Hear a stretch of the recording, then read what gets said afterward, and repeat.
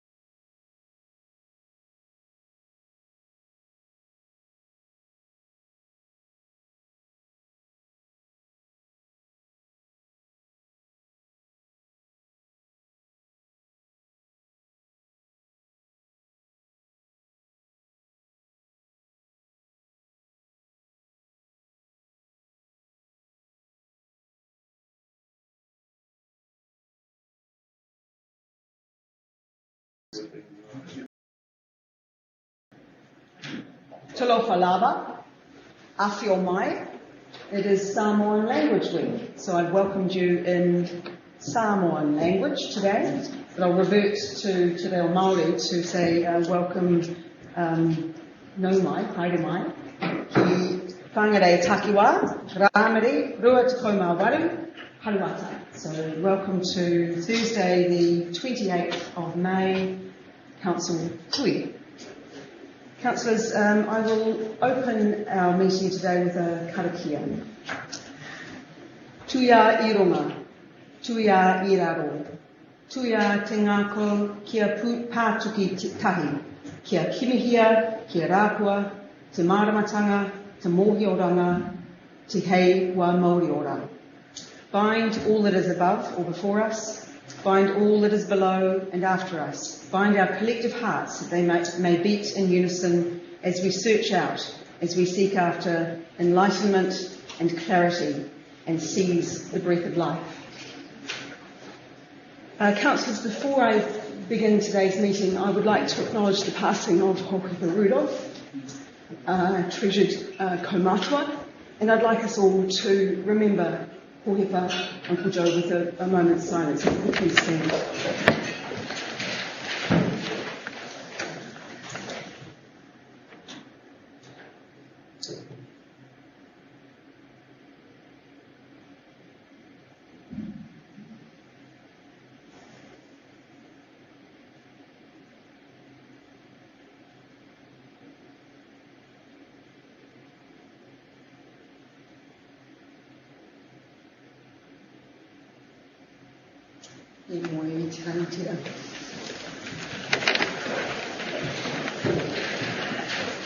Big loss for all of us. I'm just going to go through a few housekeeping matters. We of course have, this is a hybrid meeting I'm going to call it, so we have councillors present in the council chambers and also two councillors who are attending via the virtual meeting room, councillors Peters and Connor. We have a full attendance today. Everybody is here, so there's no need for apologies. Our meeting today will be live streamed via the Polycom unit, and it will be live streamed to the Whangarei District Council Facebook page. And after the meeting, the recording will be accessible via Facebook and from our website. You will have received supplementary report item 5.1, which is supporting information to item 5.5. It's 5.5.1. And it was issued separate to the agenda but within the legislative timeframe.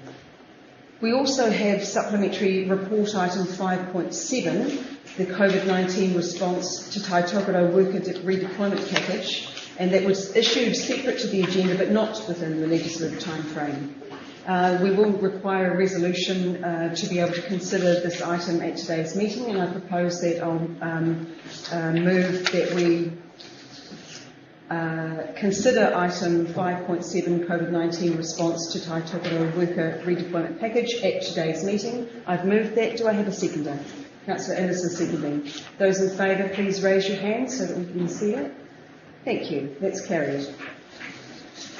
Reminder, councillors, that if you have any items on the agenda for which you have an interest, please declare that at the beginning. I will foreshadow that I will be declaring a conflict of interest for item 5.3, the annual operating fund, and I believe the Chief Executive will also do so, but we'll do that at the beginning of that item, just foreshadowing that.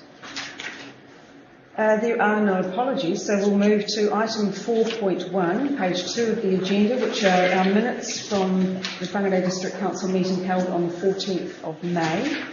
Can I have somebody move that they are a true and correct record? Councillor Cockerillo is moving and Councillor Deeming is seconding.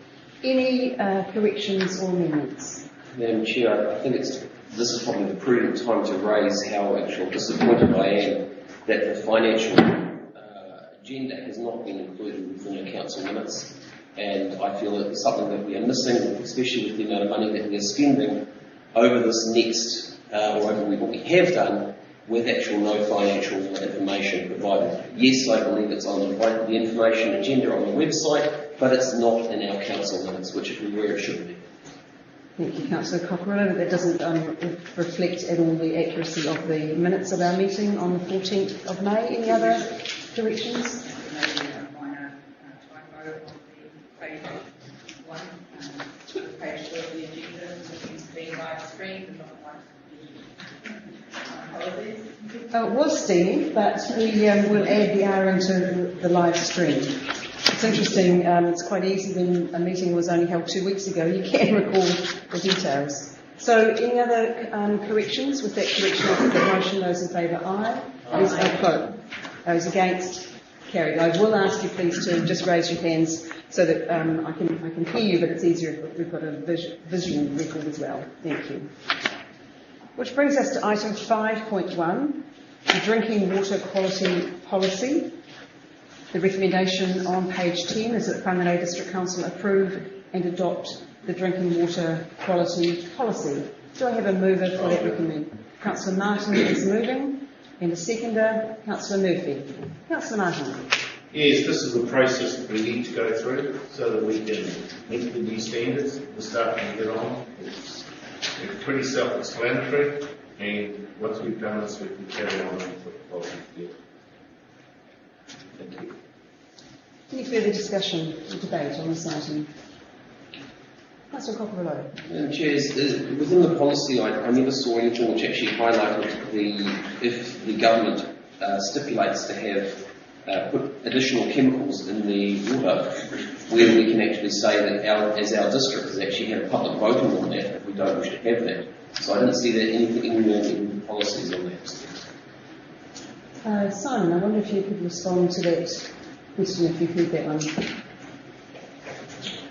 I take it you're referring to fluoride. This is really in regards to water treatment and how we make sure that our processes are safe and we use chemicals during those processes. We don't currently fluoridate any of our systems. That would be something we would bring to the council. So we don't see, this is more about water treatment safety rather than fluoride. Madam Chair, the only reason why I'm raising it is central government can, if they chose to move it through as a part of their program to change the water supply. I'm hoping that our members of the District Health Board will make their feelings be known as well on behalf of our community. Any further discussion? Councillor Murphy. Thank you. Yeah, I think the principles are really good. I think it's great that we have covered all of those in the policy. I just wanted to make one point. I was up at the Whangarei Reservoir, I've been up there a few times.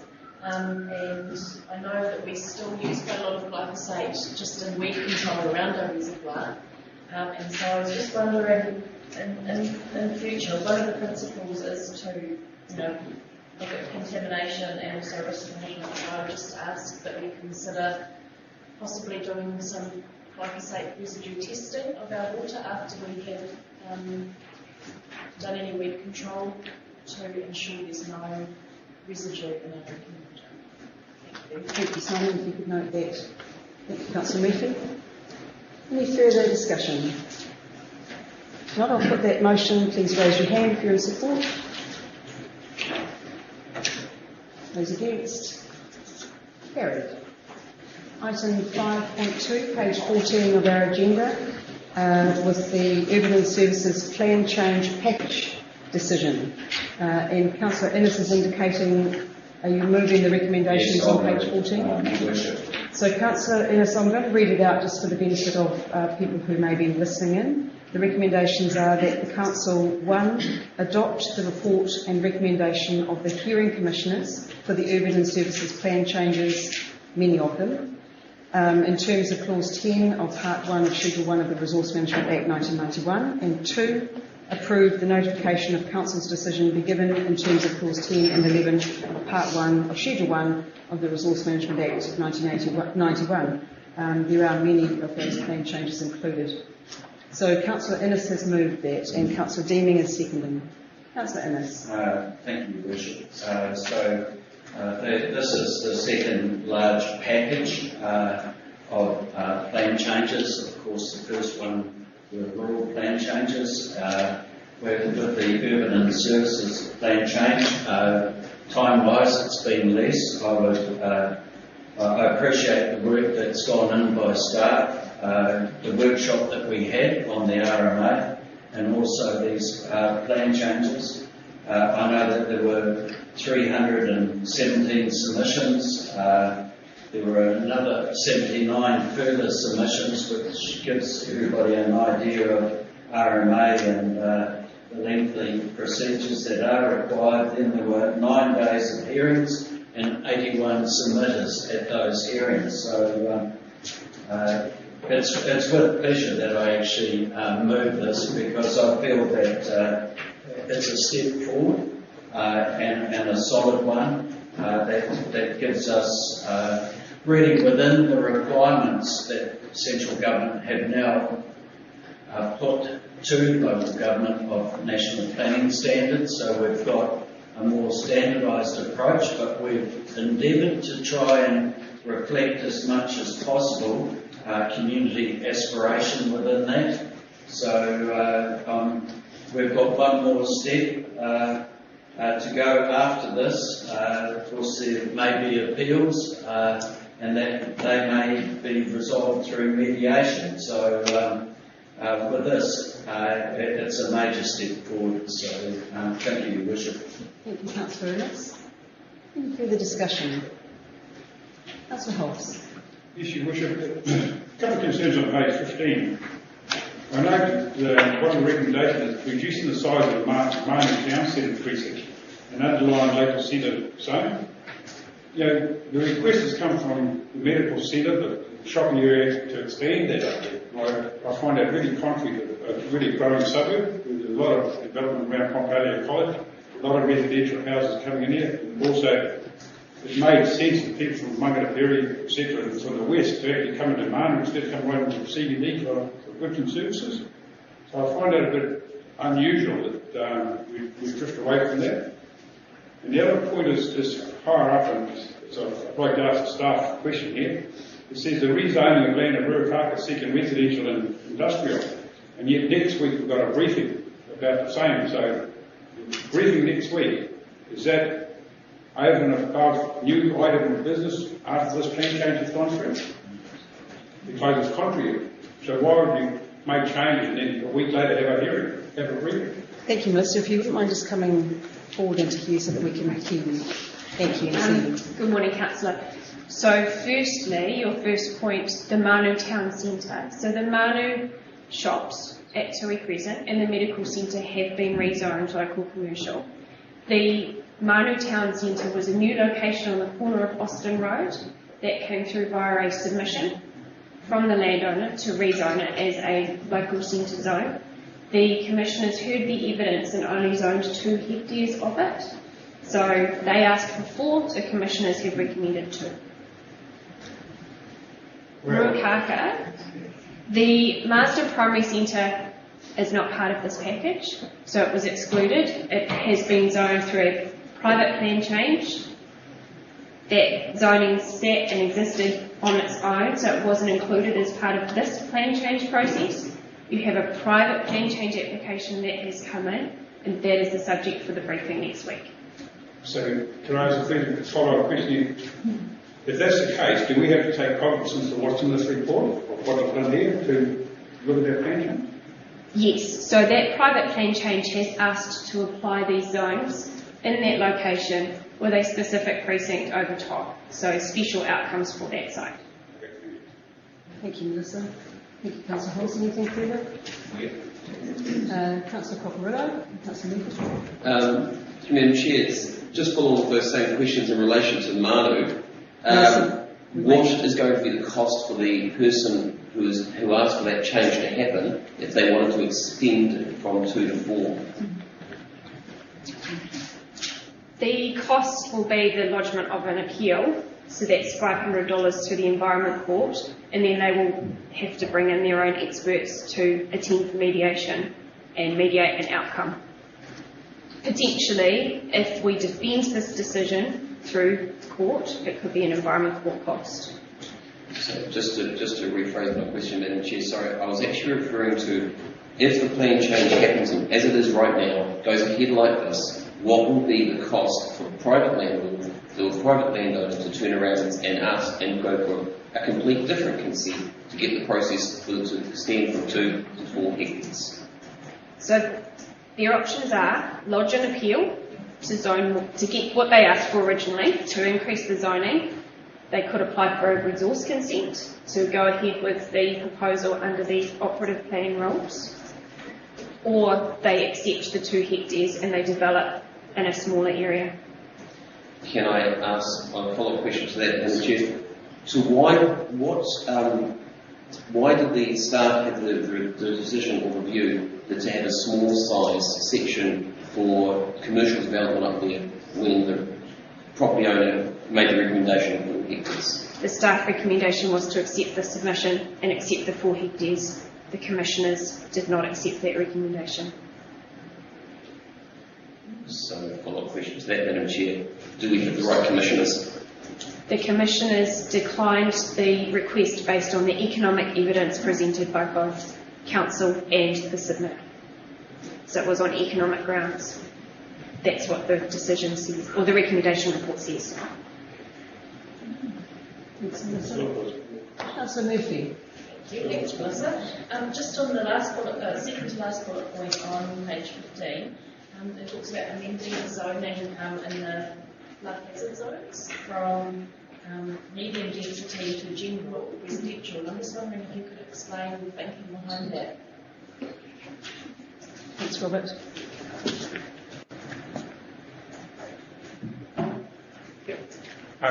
So NRC lodged a submission and presented evidence on the updated flood modelling that they've been doing and the updated flood mapping. And there's some sites in the Avenues area that were proposed or notified as medium density residential, and the commissioners recommended that they be essentially downsized to general residential because of the flood hazard risk within the site. So is it so the lower density means there'll be less like stormwater runoff? I'm just wondering what the reasoning is. Yeah, so essentially the difference between the two zones is one per 300 square meters per residential unit, and the other is 1 per 400 square meters. So there might be some sites in there that would not be able to subdivide under the 1 in 400, so you end up with a couple less houses. Essentially, you're not increasing the amount of people living in a floodplain. Okay, that's good, thank you. Thank you, Councillor Murphy. Councillor Martin. Yes, just a bit more on the Austin's Road wire. Surely if somebody's going to buy a property and develop it, and our staff support that there is growth happening in that area, and it's justified, it's fairly difficult when a commissioner decides not to do it, cuts it in half, and they don't have the critical mass to put in what is required for that area, which is rapidly growing. And then the applicant is going to have to spend a fortune through all of the court systems to get what we agreed, our council agreed, our staff would know a lot more about it than I do, and the applicant is prepared to invest all that money. It's puzzling. And, I go up there a lot, and those shops are just cluttered, and there's definitely a need for more space there. And part of what people want to do in an area like that, and the land there is available, is a surprise to me. I just think the system is wrong. And so, Councillor, you're correct, it is a system. And through a hearing process, submitters for and against proposals can come and present evidence to a hearing panel, and the panel has to weigh up that evidence. And it is not just a council planner's position that they take into account. They have to consider all of the technical evidence before them and weigh up their decision making on balance. And this time it hasn't gone the way that the council staff recommended. We're just another person in the room through that hearing process. Yeah, I appreciate it. Thank you. Any further discussion on this?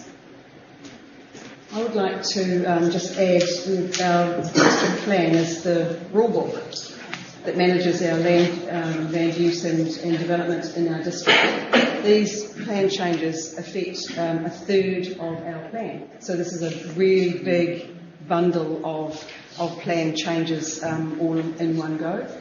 For councillors who are new on this term of council, you may or may not recall that in November we adopted Plan Change 134, which is designations, a relatively small chapter, which had also been through quite a long process. We've also had the notable and public trees, Plan Change 129 is now operative. So you can see that we have a rolling review with our district plan. Some time ago we did landscapes and minerals, coastal area, and of course the big rural environment plan changes. So you can see that this is part of a process of an ongoing rolling review. Every part of it has to be reviewed at least once every 10 years. So this is a massive piece of work that started back in June of 2018. So you can see a 2-year process to go through all of the steps in that process. And clearly some of the decisions that the commissioners have made, the independent hearings commissioners, may have gone against, as our staff have said, against their recommendations, but they are the ones who hear all of the evidence and make those decisions. And for us today, we have 2 options. We can either adopt their recommendations as a council decision that then goes out for a 30-day appeal process, or reject it. I personally would never want to be in the shoes of somebody who wants to reject this amount of work that has gone on for this long period of time. And while there may be some specifics that we are not thrilled about, there are also many things that are changing that reflect the rules that we want for our district going ahead. So I'm really pleased to support the recommendations that have been made today and send this lovely document out to an appeal process for a 30-day period. Councillor Cooper. One question, Your Worship, as one of the new councillors. As a group of councillors, do we have the ability to accept or take out part of the recommendation that we don't like, or do we have to accept the whole recommendation in its block form? I'll refer to Melissa for that point.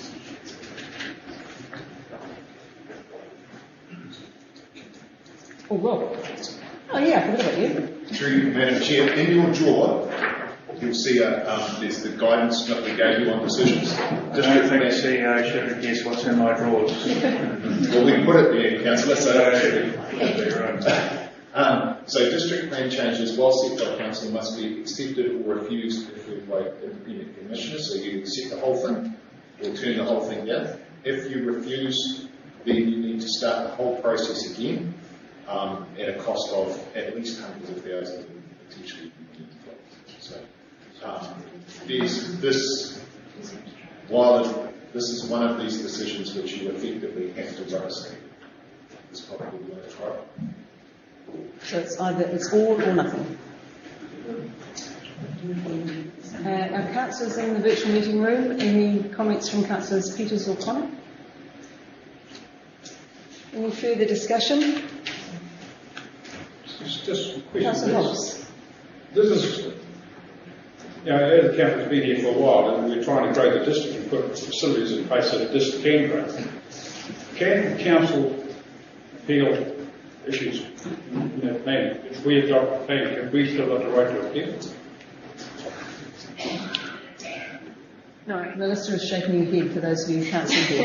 No, sorry, you cannot appeal your own decision. We're getting into it. You cannot appeal. Well, once it is adopted by council, it becomes the council decision, and council has to move forward into that court process of mediation and environment court and defend that decision moving forward. So if you reject it in its totality, we go back to the beginning and start again. Thank you. Councillor Hobbs.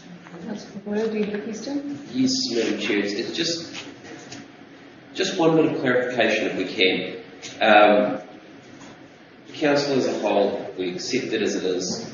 It goes back out to, it gives the opportunity for 30 days for appeal. If this property landowner decides to appeal it, is that going to be heard by the independent commissioners or is that going to be heard by council? So the appeal is lodged with the Environment Court, and it is an Environment Court process. A court-appointed commissioner runs the mediation meetings, and the parties try and negotiate an outcome through mediation to avoid the cost of court, if possible. If it goes to court, it will be heard by an Environment Court judge.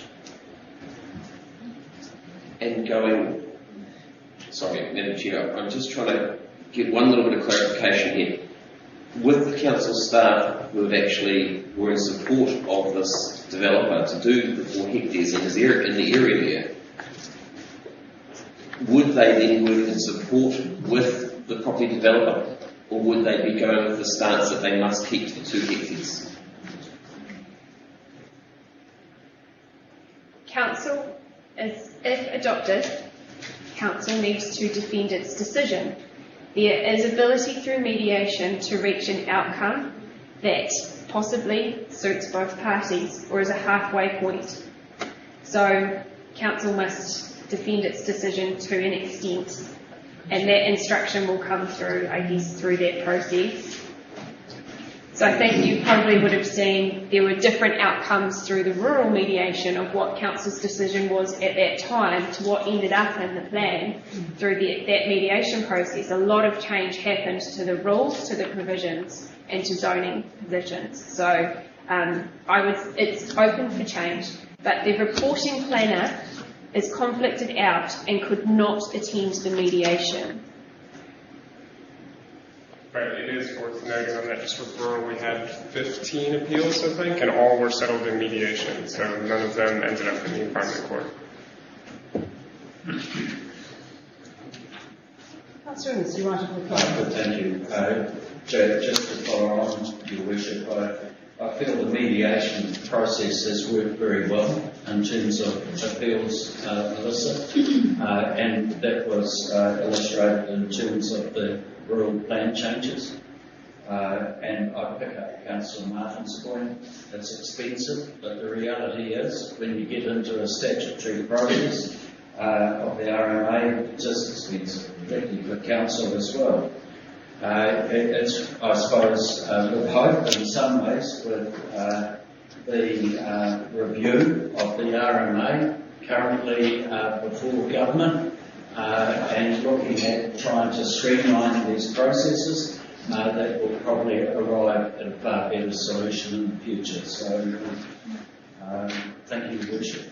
Thank you, Councillor Innes. The right of reply has been had. I'm going to put the motion. Those in favour, please raise your hands. It's a unanimous decision. Thank you, councillors. And I'm sure there's a sigh of relief from our staff members. Can I acknowledge a huge amount of work that has gone into this, so thank you for your professionalism in this. It brings us to item 5.3. As I indicated, I have a conflict of interest. My husband is a trustee on the Northland Craft Trust, and I believe the Chief Executive also has a partner with a connection to it. So So understanding order 13.1, I will vacate the chair and the Deputy Mayor will chair this part of the council agenda. And with your permission, I'm just going to sit over the back so that I know when I step back in. Thank you. Thank you, Deputy Mayor.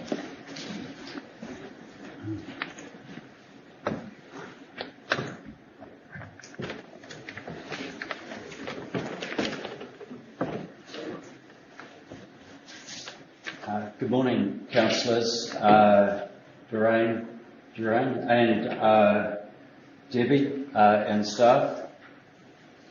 5.3, the annual operating fund.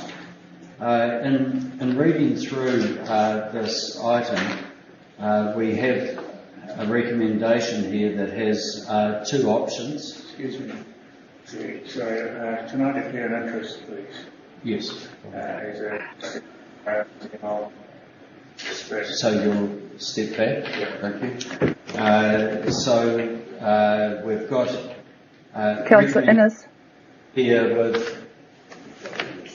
Yep. Yes. May I have a clarification, please? I'm a council appointment to the Creative Northland. And you're declaring an interest? I need a clarification whether that's an interest. I do know we discussed this point, but I don't know where we got to.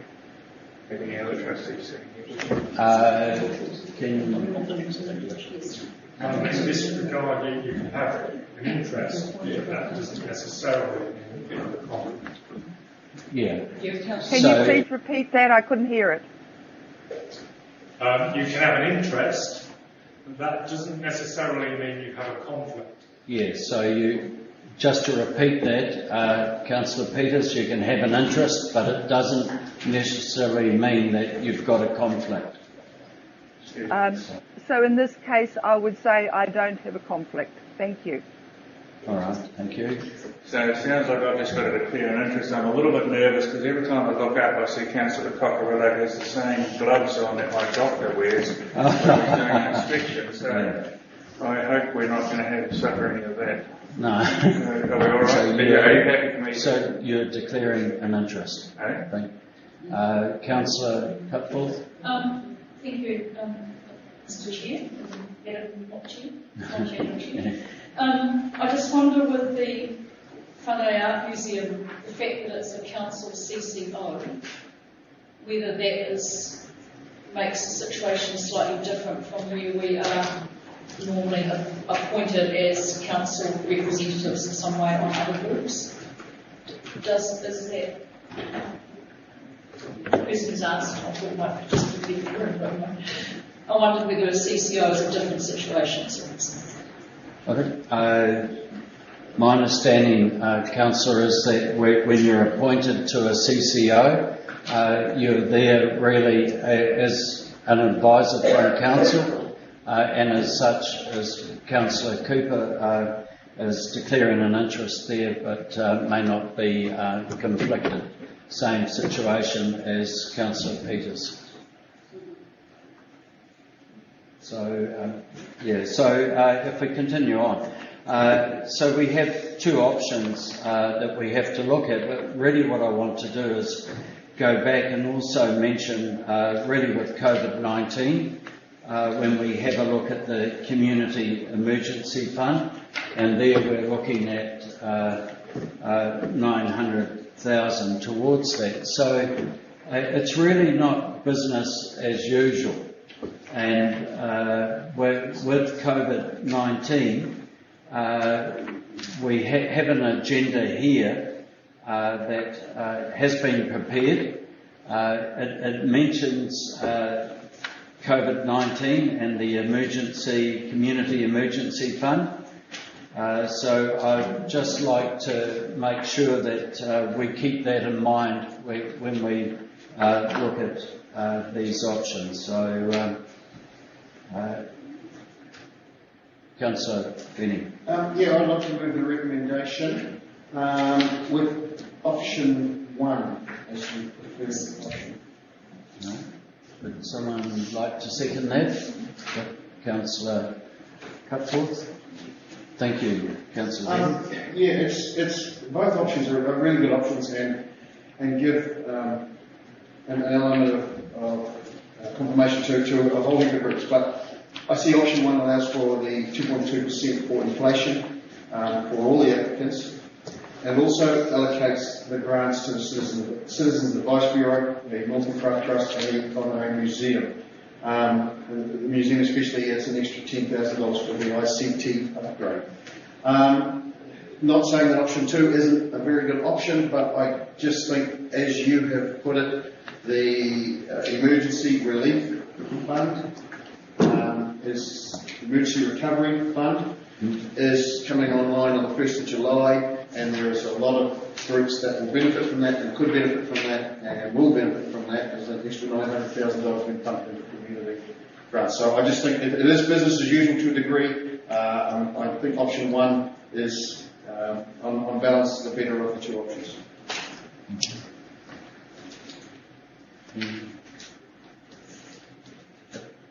Councillor? Yep.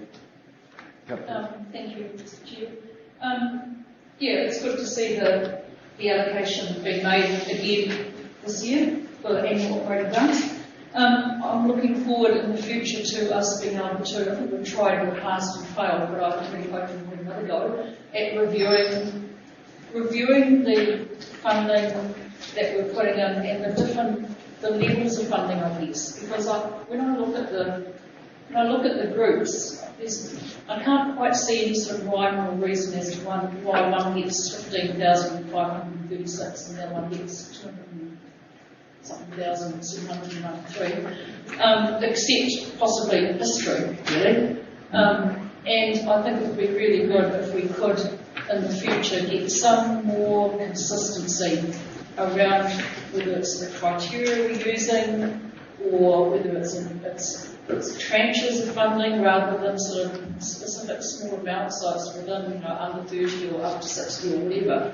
I've never quite understood why, for example, Whangarei Sports Ground Society, for example, not County in particular, gets funding and yet Ruakaka doesn't.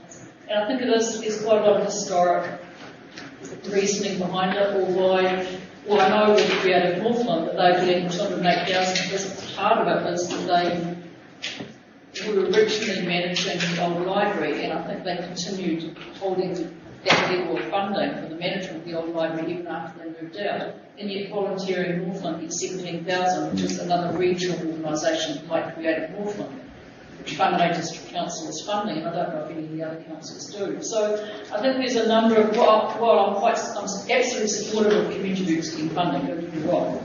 I just think there's a level of analysis that would be really good to do so that we can actually clarify some of the discrepancies. And I certainly support the 2.2% inflation. I think it's consistent with what we're saying to our ratepayers in terms of what we're suggesting with our rates increase, that we actually match inflation. So effectively we're funding them to not go anywhere, if you like, but to cover the costs of inflation. I think that's a very equitable and sensible thing to make, which is what I'm saying. Councillor Martin. Yes, it's very interesting with all of the government lolly scramble that's coming. Is it envisaged that these groups who are getting fully funded, same as in the past, with an inflation, will be in the pot to get some more money? Because it'll be interesting to see how their books turn out. If some groups have already been funded from us to their full amount, then we support them going in to get funding from another group. And there's a whole lot of other organisations that need money. Is that what the plan is? Well, Councillor Martin, I think that the first point raised related to COVID-19 and having a look at the impacts of that. I know as far as council is concerned, we are looking at an emergency fund there, but I'll refer to Johnny. Would you like to comment? Because I think going forward, having a good understanding of exactly where government is in terms of funding is going to be absolutely critical. Kia ora tātou, councillors and community guests. This is, to Councillor Tony's comment, this is more aligned with business as usual, because this is the annual fund that we've been doing since 2010, and this is keeping those important district amenities going. The Community Emergency Recovery Fund, which for ease I'll just refer to as SURF from this point, will enable some groups, as their needs arise over the next 12 months, to be supported, because there's that recognition that the community plays that critical component in moving us along the recovery pathway. So some could come. Some of the groups that may be affected under the, or be able to be helped under the SURF, are already predicting between 23 and 50% loss of income, which will have a direct impact on their ability to continue. And so all available pools, including what council can provide, are going to be open to them. And the SURF funding will provide councillors with the flexibility to decide which of those groups to support. And that's through the three mechanisms of perhaps providing some enhanced funding to a group we already support, perhaps responding to a new initiative that moves the district and the community along the recovery pathway under the community response component, or indeed through work that you identify or perhaps the community development advisors identify through the work they've done with the civil defence during the response phase, that are doing great mahi for the community and that you feel should require a level of directed support to keep them going. That answer your question, Councillor Martin? Yeah. Any other comment? Councillor Murphy? Thank you. I just wanted to make a comment. When you look through the list of the grants we give out, especially at this time, I just wanted to acknowledge the important work they do. When we look at the Emergency Housing Trust, Volunteering Northland, they're helping to bring volunteers in to do some of the important work at the moment. Youth Space, these are all fantastic organisations. I think it's really wonderful that we can give out annual operating grants to these organisations. And I think both options were good, but I'm looking to support option one. So I just want to thank our community team and the organisations for all the work they're doing out there. Thank you. Councillor Hobbs. Yes. Thank you, Mr. Chairman. I've got a number of concerns. Mainly, I'm comfortable with what's in the agenda, but there's agenda plus another forthcoming agenda, and that is, we as a political organ, we run over all the changes made to these organisations, and I think it's critical now that we actually review our funding in a lot of areas. And I just come back to what's been allocated here, where we're going to increase the funding by 2.2%. That's fair, and it's a fair way of doing these grants. But, you go back to, you look at Whangarei Sports Ground, 28,000, they've been at the same level for probably 15, 20 years. And so, to add 2% now, we're missing out the fact that that's well behind April, and it's a big community building, very, very hard to manage these days, very hard to get volunteers to run places now, and yet 2.2% is not going to cover the upkeep they need. It's the same in the Ruakaka Recreation Centre, there's a whole lot. My question is, I only hope there's enough money in tranche 2 when we get to July, because three of the items that we discussed previously, the Jack Morgan Museum, Ruakaka Recreation Centre, Waikiki Centennial Trust Board, that's all meant to come in tranche 2. But the effects of what the COVID situation is having on a lot of these organisations, our council laws need to review a lot of this activity. So I'd just like to see if we can do some work in the future on that. Thank you, Councillor Hoss. I think the other point just raised by staff, also we need to be fully aware of government funding program and how it fits in with the work that we're doing, similar to what Councillor Martin raised. Any other comments? Councillor Reid. Councillor Reid. Councillor Peters.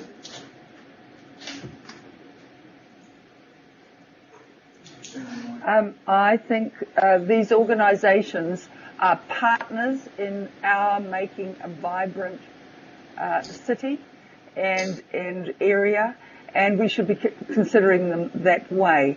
So rather than us making donations, we are going into partnership, and they achieve more than we could ourselves within our own organisation.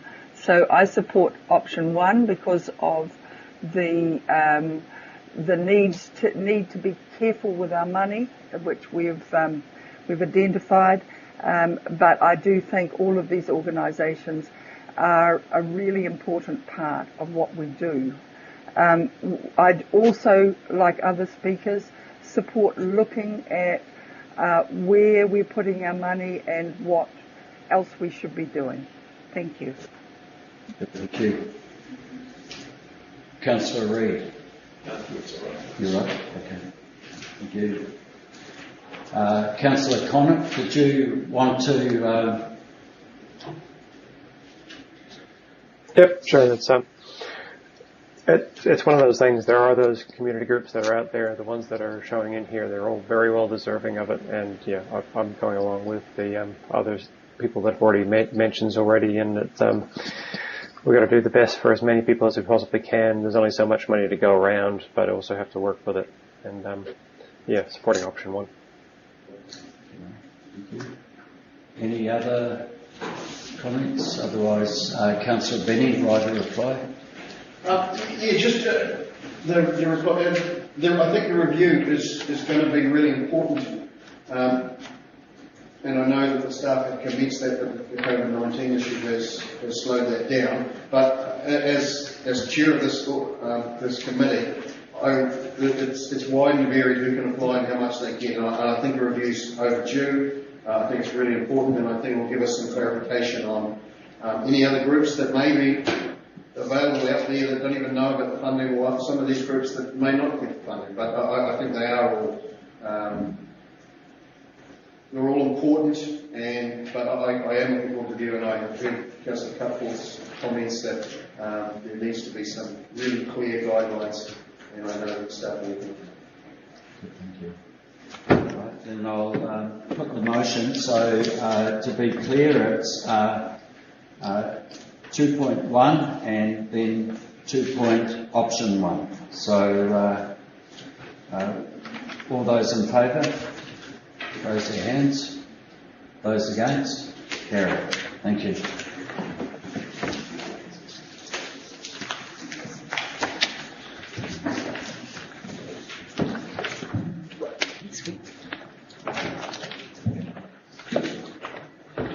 Thank you, Deputy Mayor. Councillors, that brings us to item 5.4, the establishment of the City Core Inner City Living Working Party. I will be moving the recommendation that Council agrees to the establishment of the City Core Inner City Working Party with the following membership: Councillor Shelley Deeming as Chair, Councillor Tricia Cutforth and Councillor Simon Reid. And also that Council agree to the terms of reference for the City Core Inner City Working Party. And 3, note the activities of the Working Party will be reported to Council through the Strategy, Planning and Development Committee. Do I have a second of that? Councillor Martin is seconding. Councillors, I'm moving this. I would have actually preferred to use my mayoral powers to set up this working party, but because it relates directly to the Committee of Strategy, Planning and Development, and because we're in the period where the committees of council are not meeting, this would normally have gone to that committee for endorsement. But I'm pleased to move it. You will note specifically around the terms of reference. This working party has no delegated authority. Its role is to liaise with our staff members. It's to hold discussions with any commercial property, in fact, property owners in the city core as defined by the city core precinct plan and the inner city, the city centre plan. We've also got actions that came out of the COVID-19 response strategy that related specifically to inner city living. And we've noted those in the terms of reference so that the working party know their parameters. They know what box they're playing in and what their limits are. This doesn't cross over with any of the functions of the commercial property committee, which we set up just recently and is yet to sort of swing into action because we haven't yet had any commercial property transactions that group has the delegation to administer. So it's very clear to me the purpose of it. I do note Councillor Peters is very disappointed that she's not part of this working party, and I acknowledge the work that she has done over many years in specifically looking at how people have been both with the homeless but also with a focus on inner city living, and I do trust that the members of the working party will use her knowledge and expertise and seek feedback from her, as you will with all councillors, because we all have different connections into this. But the outcome that we're looking for is to add more inner city living. This is the focus for this group. So I wish them well in their endeavours. I know that they're chomping at the bit and we're getting ready to go. They probably already have. And so I trust with Councillor Deeming as the chair of this group. She's also on the Commercial Property Committee. So there is that overlap and the governance oversight of both aspects of property. So I have every confidence that Councillor Deeming will take that role in particular on with gusto. So, any discussion? Councillor Cooper. Thank you very much, Your Worship. I really have some questions, actually. Thank you. And they're around about accountability and credibility and unity in principle at a high level. And I note in your moving the motion, Your Worship, that you've laid things out reasonably clearly. I don't necessarily feel that we have addressed some of these topics as well as we may wish to, and as well as, in fact, the public may wish us to. For instance, it was on the 30th of April that we set up the Commercial Property Committee with its terms of reference, and I guess this comes under the heading of accountability. We, of course, have to hold the staff to account. That's our job. But there is nobody to hold us to account, except if we go to the 3-year election cycle. So in between time, we must be, I believe, happy to ask ourselves some hard questions and have some difficult conversations. Now, on the 30th of April, we set up a Commercial Property Committee group with terms of reference. And those terms of reference, which I was told to read again because maybe I didn't understand them, says that in accordance with the Council, one of the key responsibilities is to operate in accordance with Council strategies and plans, including but not limited to the City Centre Plan, to achieve the desired outcome. So, included but not limited to. So, why, I guess, and then there's a credibility issue. We are working in the City Centre. This group, which does have delegated authority, which is not restricted to it has, but not limited to, and achieve desired outcomes of various plans and strategies of the Council.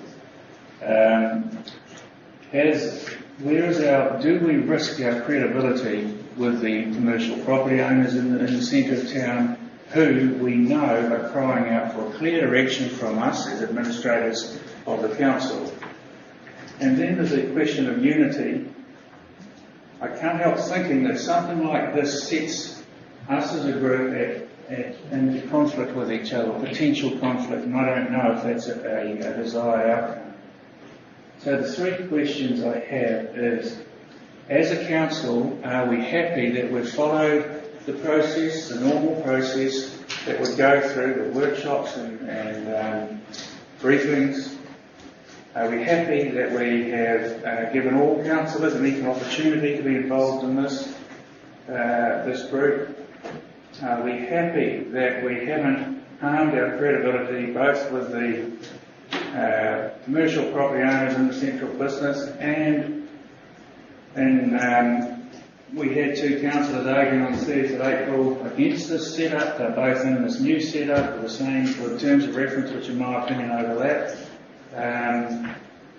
And I wonder if our credibility has taken a hit there, and are we harming our unity? So those are the 3 questions. Thank you very much.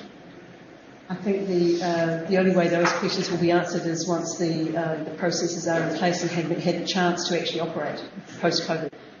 Because you're talking about following process. We have very clearly followed correct process. involving all the councillors was difficult in the lockdown period. And have we harmed our credibility? I jolly well hope not, because I think around the unity aspect, and I really shouldn't enter into a debate because I've already spoken on this, but perhaps other councillors would like to comment in their debate to cover up those points. But I don't have any concerns of any of those three questions that you posed.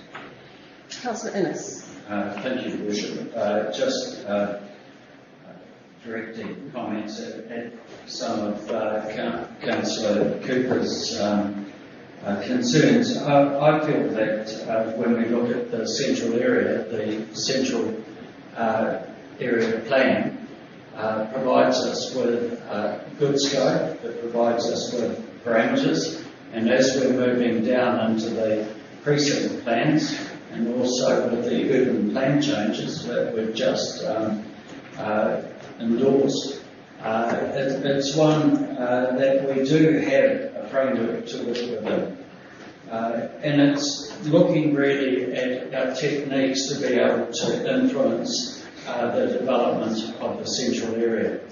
A lot of that will be relationship, as you mentioned, with commercial property owners, but there's also our ability to be able to use our own commercial property to be able to influence direction as well. So I don't see a conflict of interest at all between the two groups. I think going back to our workshop that we had initially at the start of our term, we did look at having working parties, and I feel that this is along those lines. With the Commercial Property Committee, there will be an agenda, but it's quite clear that we have delegated responsibility to be able to negotiate on property, to buy and sell as it relates to council property. So working collectively together, communication is going to be the key aspect, and I'm confident having Councillor Denning on both committees, or on the spearhead group, and also the Commercial Properties Committee that should be achieved. Thank you, Bishop. Councillor Innes. Councillor Reid. Thank you, Your Worship. I feel that our fellow councillor might be just a fraction wide of the mark here. The property group is primarily dealing with council-owned land and buildings, citywide, whereas this is a site-specific group, which is focused on CBD, and we are working with commercial building owners, not turning the council into entrepreneurial and making ourselves probably in the firing line by being commercially against the building owners that we are dealing with. So we're not turning the council into developers. We are trying to help people in that site-specific zone. Councillor Reid. Councillor Murphy. Thank you. I think it goes back to, and I kind of talked about this when we had our meeting on the 30th of April when we established the Commercial Property Group. We all stood because we were all passionate about our district. We're all passionate and we all want to make it a more vibrant, sustainable, attractive, thriving place. So for me, I think it's about staying focused on the outcomes. So the outcome we want is getting more people living in our city. It's going to make it more vibrant. It offers different people in our community an opportunity. And also, compact cities are a goal. You know, as far as sustainability goes, when you have more people living in your urban area, then it reduces traffic congestion, and it does all kinds of other fantastic things for a cleaner, greener environment. So I think for me, we always just have to expect the best of our fellow councillors. I'm sure they're going to work together, they're going to communicate, because we all want the same thing, which is a fantastic Whangarei. So we have to leave our egos behind and just focus on the goal and the outcome. It's not about us, it's about our It's about our beautiful district. Councillor Murphy, Councillor Cutforth and Councillor Golightly. I just wanted to comment on something that Councillor Innes raised, which is just the notion of working parties, not specifically this one, but it is something that those of us who have been here for, I speak for myself actually, 2 terms now into my third, have always thought that unlike ex-Councillor Bill, that the idea of a working party for project-specific things was a really good way to go, to use the skills, expertise, interest, whatever we want, enthusiasm of some, a small group of councillors working alongside a group of staff on a particular project. And I think I really like the concept of working groups on a range of things, because I think it can be quick and nimble and bring things back to council for further discussion. But I think it's a really good way, and I'd really like to see more working groups, if you like, during this term on different particular specific projects, and that's why I think this is a good example. Councillor Cutforth. Councillor Golightly. Yeah, I also, I really support this working party. Look, I think, again, we sort of get involved down with all these sort of details when, this is a working party, it's got no delegated authority, and Councillor Murphy said very well, we've got to focus on the outcomes here, especially after what's just happened.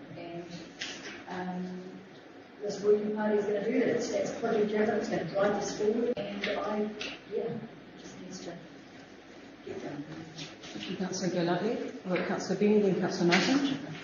I share some of Councillor Cooper's concerns, particularly about how quick this has happened.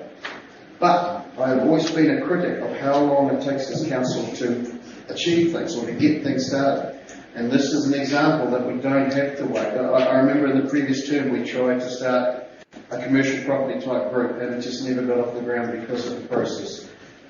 So I'd be a little bit hypocritical to not support this now. The key for this is communicating, being able to use Councillor Peters and others, and for the commercial property group to use members of this committee as well. So I support it, and I just hope that when we have other spearhead groups or working groups or little set-up things, that everybody gets behind and supports it, whether we support this one or not.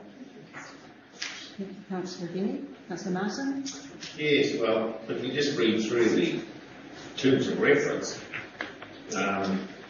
the key is the COVID-19 response they're going to be involved in. You go down to the second bullet point, understand interest in conversion of commercial space into residential, regularly report, no delegated authority. So they're going to be enabling and informing the business in the town of what they can do. And that's why I strongly support this. I think it's a really good idea, and we need to get on with it. So I hope everyone supports it. Councillor Martin. Councillor Dean. I'm not quite the last to speak. I think the speed with which this has happened, if Councillor Reid hadn't already spoken, he would be saying, actually, why did it take this long? And just for reassurance to councillors, the intent of this group is to elicit information alongside what the staff are doing, and they have done some fantastic work already, but to get information from avenues that are not necessarily as open to staff as they are to the rest, to councillors who are moving around all the time within our community. And the object is that councillors as a whole will all be feeding into this group. Is what I'm hoping. I'm going to be awfully disappointed if they're not, because everybody has different avenues, and that's when you're talking to people, bring the information back so that the actual factual information, not hearsay or anecdotal evidence that you've heard down the tubes. If you hear something, go and talk to that person and then bring that information back. And then we'll find out exactly what the issues are that are out there. I mean, most of them, we're already aware of them, and a whole pile of them are legislation and what gets dropped down from government and all those sorts of issues. And maybe there are ways that collectively we can make that more simple within our district and find out what good things are being done in other districts and areas overseas and collate all that information.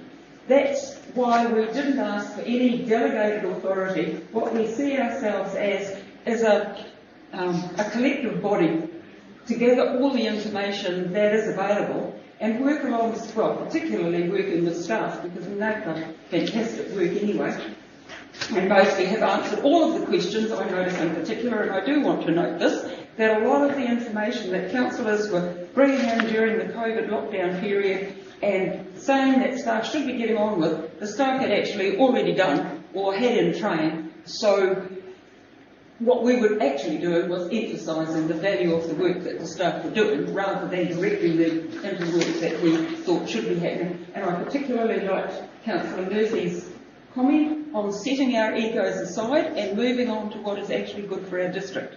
And I absolutely support that. And if after all the years that Councillor Ellis and I have been working together, if we can't work in unity with the two groups working alongside, then I'll be more than happy to step down. So thank you. Thank you, Councillor Dean.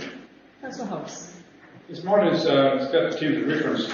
It's become clear, we had a presentation last week about the inner city plan, and for this group to work efficiently, they need to look at all the land within the rivers.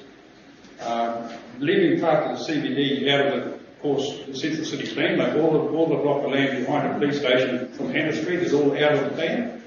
And that would make the most logical sense to look at this inner city living. So I'm asking this committee to look at the whole scheme of things and report back if there's an opportunity to go into that area. We do not have to be guided by who owns the land. We're trying to get the best fit. And it's the same as the commercial. We need to look at the best fit for that area. If we can fill in a block at a block at a block, it's certainly going to help. But, you know, too premature to leave out a block that's right central, within 50 metres of our main street. So I think we need to look, I'm just saying to the chair of the committee. That's what you'll feed into the committee, isn't it? Thank you. But that's, so I don't want to be constrained by what it says in that top paragraph. We've got to work in that little narrow group. There's other opportunities that might be just as good, more efficient, and so we need to look at the whole big picture. Councillor Hobbs. Any further discussion? Councillor Cooper, you actually have spoken. I know you said you had questions, but that was quite a question. And I just really putting those questions in context. Councillor Cooper, I will rule that you have already spoken on this matter. I'm sorry, but you, under standing orders, you can speak once. And you did state at the beginning it was a question. I gave you some leeway, but it did turn into a debate. So, Councillor, excuse me, point of order, Your Honour. Sorry, Worship.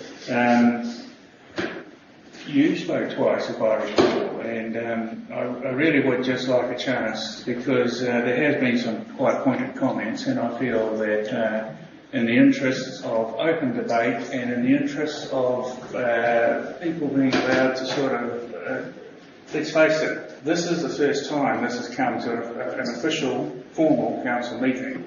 And now we're trying to shut it down. You're asking me if I, as chair, will allow you to speak twice, and I will not. I will stick with standing orders. You have spoken, and members, unless you've moved the motion, you get to speak once. So, councillors, any further debate? Councillor Pocorolo. Thank you, Madam Chair. I just need to ask this, you know, what's been proposed, I think, is a logical thing, but I do hope that these councillors who are on this committee will see what I've been dealing with the commercial property owners and the issues that they are having to try and do developments within Whangarei, to try and do this type of stuff. They are finding it from the conversations that I have had that it is very restrictive from council policies and procedures to be able to do the stuff. So I'm hoping that these councillors will actually hear the same thing I've been hearing, and hopefully that they will be able to make some recommendations back to the staff to be able to go further on that respect, because as I said, there is a lot of issues within the CBD of commercial property owners wanting to develop, and they are finding it too restrictive. Thank you, Councillor Pocorolo. I think everybody has spoken, so I will put that motion. Those in favour, please raise your hands. And those against?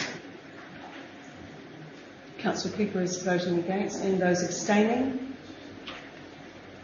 Councillor Hughes, I'm sorry I didn't see the way you voted with that. I voted for. I also didn't get a chance to speak, but yes, I'm voting against. Thank you, Councillor Peters. I apologise that I didn't see your hand up, and Councillor Crump supported. So that is carried. Which brings us to item 5.5, the working group recommendation for Māori participation in decision making, and I see Councillor Hulse is on his feet. Thank you, Richard. And I'd like to move a change recommendation, what's on page 34 of the agenda. So the change recommendation would leave A in the agenda, B, remove item C completely, leave in D, E and F. Now, just speaking... I just wonder, for the benefit of people who haven't got it in front of them, would you mind just stating those? Thank you. Okay, A is to establish the Whangarei strategic partnership formed from June... Okay, sorry, start again. Council adopts a recommendation that Māori participation in decision-making working group 2, A, establish the Whangarei strategic partnership formed from June 2020 to September 2020 in order to bed in a new way of working in the best terms of reference. B, adopt the terms of reference for creation of the Whangarei strategic partnership forum, which is attachment 1 in the agenda. 3, to be removed. Endorse the Whangarei strategic partnership forum becoming a standing committee of council in September 2020. D, left in, endorse the proposed charter attachment 2 in the agenda. E, allocate 150,000 budget inclusive of any redeployment. And F, note the terms of reference to be reviewed and reported back to council along with the procedure for establishing of the standing committee in September 2020. So are you going to also remove item 2? And 2 also, note that while 100,000 of the allocated budget can be managed through existing budgets, the staff redeployment of further 50,000 of the same will need to be made from other council budgets. So we acknowledge that the funding is in part of this motion. Councillor Hulse has moved those recommendations, and Councillor Cooper is... I'll second it. It's not a kiss of death for it. Seconding it. So we'll just rename them A, B, C, D and E. So by taking clause C out, it doesn't affect the purpose of what this committee was set up. The committee was set up with a lead-in time to make sure we could actually look at the issues in front of us, work through the issues, and come back within that 6 months period with a concise plan, looking at all the procedures like how our Māori representatives selected, how our urban Māori represented, what influence the Treaty of Waitangi claims will have in the district. All that needs to be answered. And by focusing on clause F, that allows the working of this new committee to actually get into the business of actually finding out those answers, reporting back more accurately, but more importantly, we want to carry people with us. We do not want to create opposition. And right from the very start, when I was asked to chair this group, right from the start I said I want to go slow because I could see the unfortunate circumstances arriving and people coming in without us having an answer. The challenge is for this group to actually find those answers and report back accurately to our communities. We need to have people with us on this. Yesterday, I took time out and I listened to a bit of Parliament, and I listened to Whangarei, he's the Minister of Civil Defence, and he's saying, by the way, did you notice in the budget that we just allocated 900 million for Māori development? But this is in civil defence, but he's not specific of where this money's going to. What's happened with the government at present, we've got to be cognizant of the fact that there's a lot of money that we could actually tap into. And so we need to pull together really quick on this and set some of those avenues out. We might have an idea to assist us in our decision making. When we had a couple of workshops when we first started discussing this, we said we wanted to have the best relationship with Māori of any council in the country. And I still stand by that, Your Worship. I think we've got the ability in this room, we've got the ability with our Māori partnership to actually deliver on this. And it's unfortunate that changes have to be made and we go through. But I'll just want to stop there, but I'll have a right of reply when I've heard the other comments. Thank you, Councillor Holmes. Councillors, debate. I would like to firstly acknowledge both Deloraine Armstrong and Deborah Harding, who are members of the Working Party, who are in the room with us today. Tēnā kōrua. And thank you for the work that you've put into getting us to this point. From my perspective, this is a further development of the ongoing partnership and relationship we have with hapu in our district. This is a continuation, this is not new, but today is setting a path for a change in that relationship, because the intent is that come September we will have a changed relationship with our hapu partners. The intention is for us to develop the terms of reference for that committee. It is not yet set up.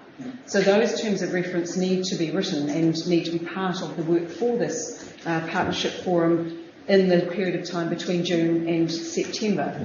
Council is the only authority that can set up the terms of reference for a committee, so it will be our collective decision in September for when a committee is formed. I want to acknowledge the relationship that we want to build on. It's clear in legislation, we are a legislative body, that we are required to have Māori participation in decision making. In the past, we have used our strategic forum to get feedback from members of the mandated members of hapu, who met with us, alternating between meetings here in the council chambers and on marae. And I think we all collectively agree that that process of meeting with our hapu partners on marae is a really enriching process. It's developing an understanding for us of tikanga Māori on marae as opposed to in the council chamber. That for me has been a huge benefit of Te Kārearea, and I've really treasured that over time. This terms of reference is slightly different in that in previous Kārearea we had co-chairs. This one is slightly different in that when we meet in the chamber, the chair will be Councillor Holmes. When we meet on marae, the member of the mandated hapu representatives will be a chair on marae. So that's a slight nuance and a change, and that's, I think, reflects a moving on of this process. I would hope that what you're hearing perhaps from your community in the last couple of days are some concerns. I challenge you, I guess, as elected members, that if that's new to you, then maybe this is not new to council. You need to be connecting with your communities and finding out what their concerns and their challenges are to be able to reflect those, as opposed to hearing just from some people who are worried about whether we're having non-elected members on a council committee with decision-making powers. These are the kinds of things that get obstacles that are put in the way of us building a meaningful relationship with our partners. It's really important to me that we follow the legislation and that we meaningfully have a committee. It's been a desire for Te Kārearea, for the hapu partners, for a very, very long time. And I've warned the consequences of not being able to get this collective of people to a point where we can do that. I would love for this term of council to be the one that does build on the relationship and make significant progress. So I'm personally really keen, and I wear my heart on my sleeve in that regard, and I do wholeheartedly support it. I appreciate Councillor Holmes for moving the decision today to endorse the feeding up of it, because I think we do have work to do around those concerns of terms of reference. I would anticipate that a future committee, a standing committee, would also have equal representation, equal numbers of councillors and equal numbers of mandated hapu members, so that you get that balance, that there's no unbalance in that, which reflects the current terms of reference for Te Kārearea. So, I'm here with my little lesson, but I strongly endorse this as a pathway forward today. Any other debates? Councillor Murphy, Councillor Martin, Councillor Golightly.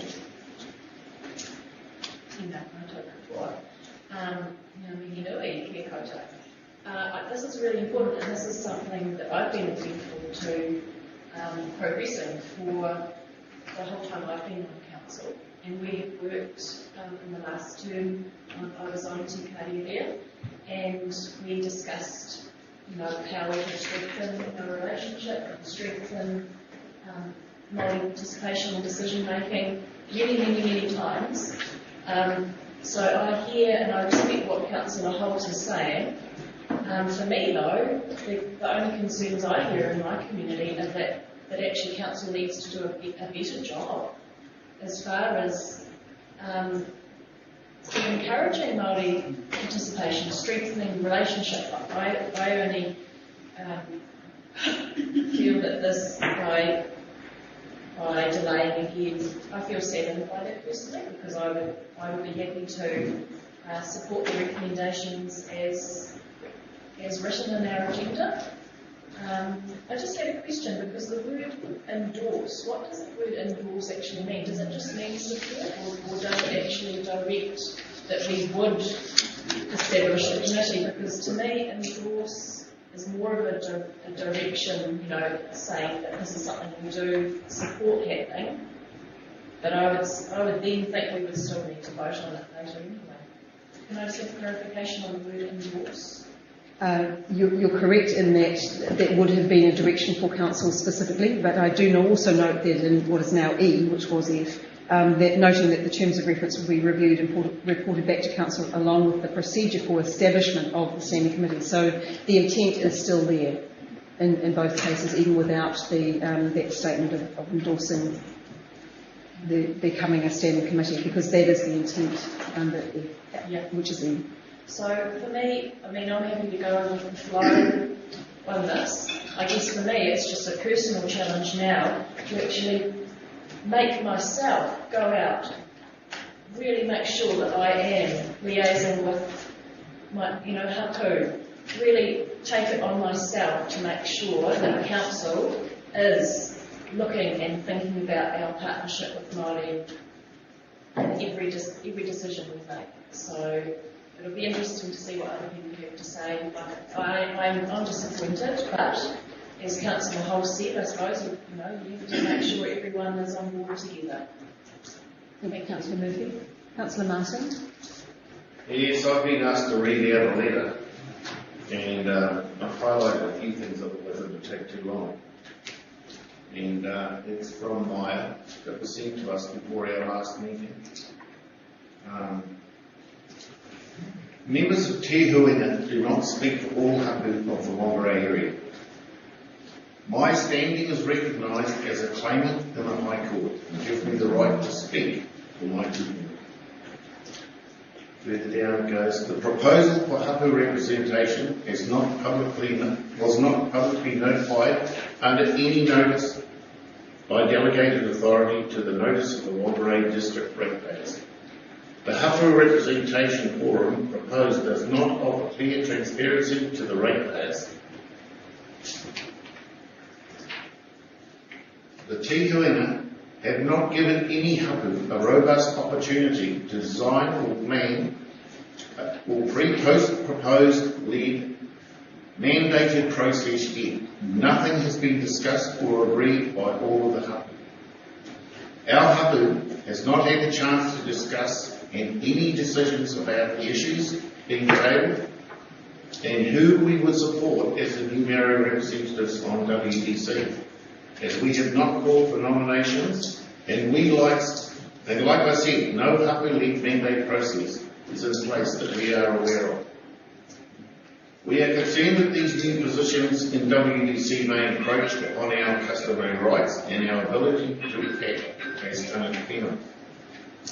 Our hapu is asking that the Mayor, WDC Mayor and councillors and WDC staff do not make any decisions about this agenda item that are tabled today until an open hui has been called and held with all interested iwi, hapu, marae and whānau, representatives of the territories in the Whangarei District area. That's a concern to get at. And I would like to have some assurance that these issues will be dealt with, because this is not isolated with the phone calls that I've had. This is most people on the phone till 9:30 last night, as more and more people found out. They are very concerned about how we are doing this process. So, which is for me personally, that is really disappointing, because I was on Te Karera for all of the time until the last term. And we started to build up a really good working relationship, and things were going well. And I was getting good feedback then. Now I'm not. So something is not working. Something is not working. So hopefully, over the next period, we can make it work a lot better. Because everyone's saying to me, small groups taken over, and you're going to run it just how there's always been. That's the feedback that I'm getting. So hopefully, moving forward, this group can allay those fears before we come back for the final decision. Thank you, Councillor Martin. Can I get all elected members to please turn your phones off? Madam Chair, just to say that that's actually quite distracting that was going on. I concur, Councillor Whangarei. And it may not have been a councillor. And staff members, everybody in the room, please put your phones on silent. Thank you. Councillor Golightly.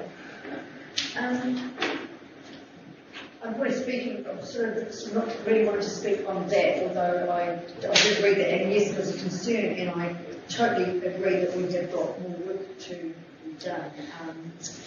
But it's something that you said, Your Worship, that we're required under the Local Government Act to facilitate participation, and that's really key to me. And also on the recommendations of number A, it's a new way of working. And I remember when we had our workshops, the excitement that we had that day. I mean, that was awesome. So, whilst a lot of us can make, especially I think I'm not being shy of coming forward to say sometimes these things make us a little uncomfortable, but we have to get out of that, and we've got to get out of our comfort zones. We've got to move us forward and challenge the way that we've done things in the past. And I, for one, was really excited about this. I support this. I understand there's more to be done, like we've said, but yeah, we've just got to keep moving forward on this and not let this, just keep getting put back and back and back. So that's just my opinion. Thank you, Councillor Golightly. Councillor Benny. Yeah, I remember the first workshop we had as a new council on this topic, and the real frustration among Māori that nothing was happening in there in regards to their participation. And here we are 6 months on, and I know there have been issues, but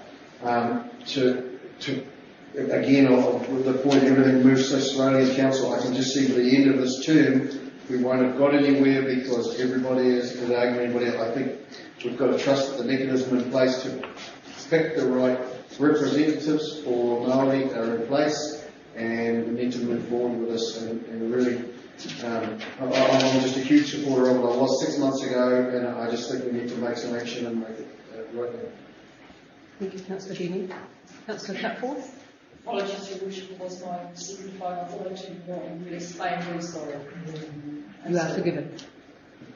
Just a comment really. I'm supporting Councillor Holz's motion, but I'd really ask the people from Karere, both the councillors and the reps, if over the next 6 months they could do some real work on terms of reference. Because when I look at the terms of reference that the Inner City Living Working Party has sweated over, I have to say, to try and come up with something that is really quite specific in terms of what the tasks are, what the purpose is, what the relationships are. I think that's more what we need, and I think that's one of the concerns of some members of the council around the scope of this grouping. And when I look at the terms of reference for Karere, they are really more, if you like, statements of principle, I guess, rather than what I would call terms of reference that are needed for a committee, let alone a standing committee of council. So I would really urge both parties to put their shoulders into that work over the next few months so we can be a lot clearer about what the role of that committee could be in the future. So that's what I would really like to see happen over the next Councillor Cuthbert? Can I have a question? Councillor Murphy, a question?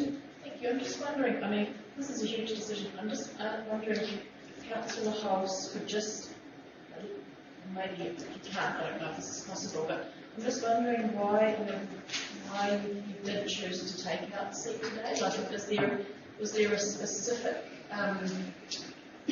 Councillor Murphy, I'll ask Councillor House to address that in his right of reply. Thank you. Councillor Peters. Thank you. Firstly, could I ask Councillor Murphy to speak a little louder or lean forward? It's very hard to hear what she says. I support the motion from Councillor House. I think this, as with others, I am passionately in favour of this going ahead and us not letting it drop by the wayside. And I'm hopeful that we can still, if during the 6 months we can get the terms of reference and get agreement with some hui that the partnership can go ahead, that at that time we can start a standing committee. So I'm still hopeful that in September we will be able to start a standing committee, because, you know, like, it's not like this hasn't been happening, or the wish for it hasn't been happening for a long time before we were elected. Thank you. Thank you, Councillor Peters. Councillor Innes. Thank you, Worship. The first point I feel is crucially important is to maintain the momentum. Picking up on Councillor Penny's comment there, we really need to maintain momentum. Strengthen the partnership in Te Karia. I feel that we have developed a good understanding at a marae level. Actions are listed, and in terms of those actions, they've generally been completed, and from that I feel there's been a good relationship at that level. Where there is a weakness has been more at a strategic level, where we can look at a district going forward in a strong partnership model. So the real importance of sitting down, working out a terms of reference that manages expectations and can also look towards achieving results. A standing committee is a committee of council that has certain requirements, as Councillor Cooper has found out today. And those requirements are not open discussion. So I feel the terms of reference, getting a level of comfort about that is crucially important. So I see the process going forward with the working party will be important. It will be important in terms of really getting an understanding of what a standing committee is, to what extent that relates to council and resolution of council, and how a standing committee operates. On the other side, I think it's crucially important that council has a good understanding that a relationship with Hapu is one that is representative of Hapu. And having that confidence will enable us to go forward in a strong way. So I support the motion as proposed, because it's not as if it detracts at all from what we have in front of us. What it will do is actually strengthen it, because going forward we will actually have greater certainty in what's resolved. The other point that hasn't been mentioned is the resourcing.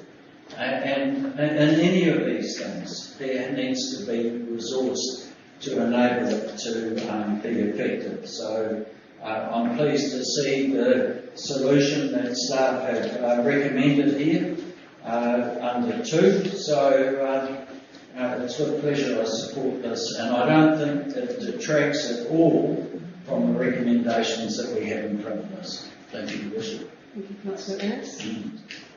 Any further discussion? Councillor Deeney. Councillor Martin asked a question at the end of a statement. Because there was beeping happening at the same time. So I think Councillor Hulse was taking notes, and will cover that in his right of reply also. Councillor Demon. I did just want to speak to support Councillor Hulse's recommendation that he saved me having to move amendments, so thank you for that.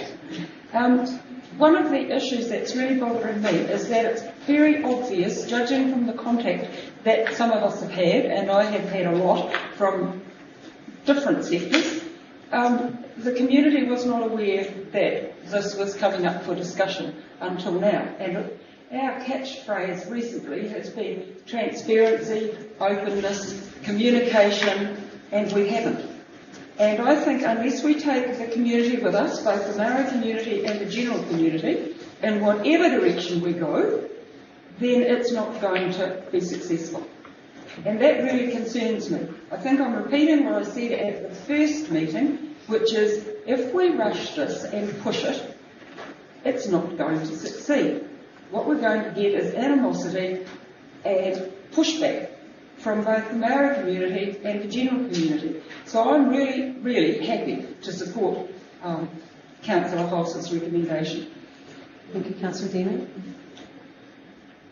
Councillor Cooper. Things seem to be going well, and I'm sort of hesitant to speak in case I put a curse on it. So, but I do speak humbly, and to you, and I guess I'd like first of all to acknowledge Lorraine and Deborah, because I've been on the working party with them, and I've enjoyed that experience very much. We have actually had some quite good laughs, and I don't see any reason why that needs to stop. I'd also like to acknowledge the work and guidance that Senior Manager Don Cooler has given us, and thank you, Don, for that. It's been wonderful. I support, with some sadness, Phil's recommendation, because he has taken out point C. We're right to have seen that go through, but I understand the reasons that Phil has done that. I do believe that today has proved 2 things. We can move with speed and decision and precision, hopefully, and at times push the boundaries. And I think we should be take this opportunity to move forward. I've only been a new councillor for a little while, which is something that is well known.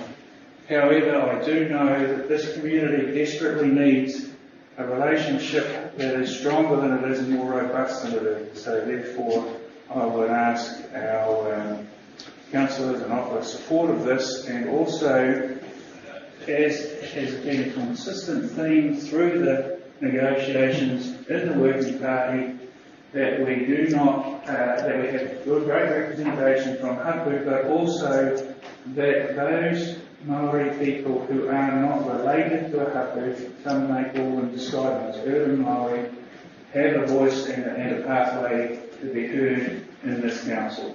So we have covered that topic. I've reserved the right with the Te Huinga representatives to bring it up from time to time. I bring it up now to this forum to make sure that it's heard, and but I do support the motion. Thank you very much. Thank you, Councillor Cooper. Councillor Reid. Thank you, Your Worship. I totally support this whole principle.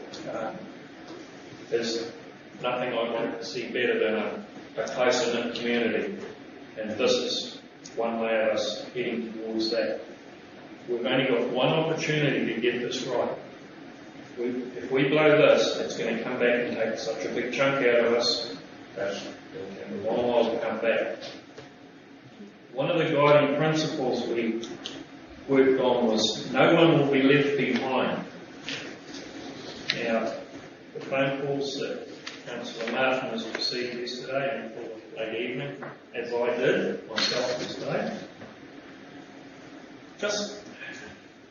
It's shaken my confidence, but I thought everything was on track, but possibly there's some chinks in our armour that need to be addressed.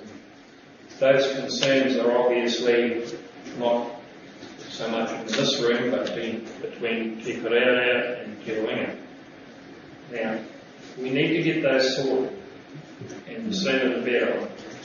I'd like to see a time frame of perhaps 3 months, where we come back and we have our terms of reference sorted, and we don't receive phone calls at night from disgruntled members of the community. That's the last thing I want when I'm sitting down at home after 12 or 13 hours of work. I'm quite happy to pursue this and see it through to its final destination. We've got two very, very good ladies over here who are part of the team. Dominic, who's given us fantastic support, some crooked advice on occasion. Correct one. Well done for trying. We're only going to get one shot at this, folks, so we have got to get it right. And that starts by nobody being Thank you, Councillor Reid. Councillor Connor. Yes, good morning. I'm in support of this because we need to find a way that we can come together and work together and move forward. There's so much divide out there that it always throws people into the ring, and I personally don't like conflict, but we need to have arguments to be able to move through these things.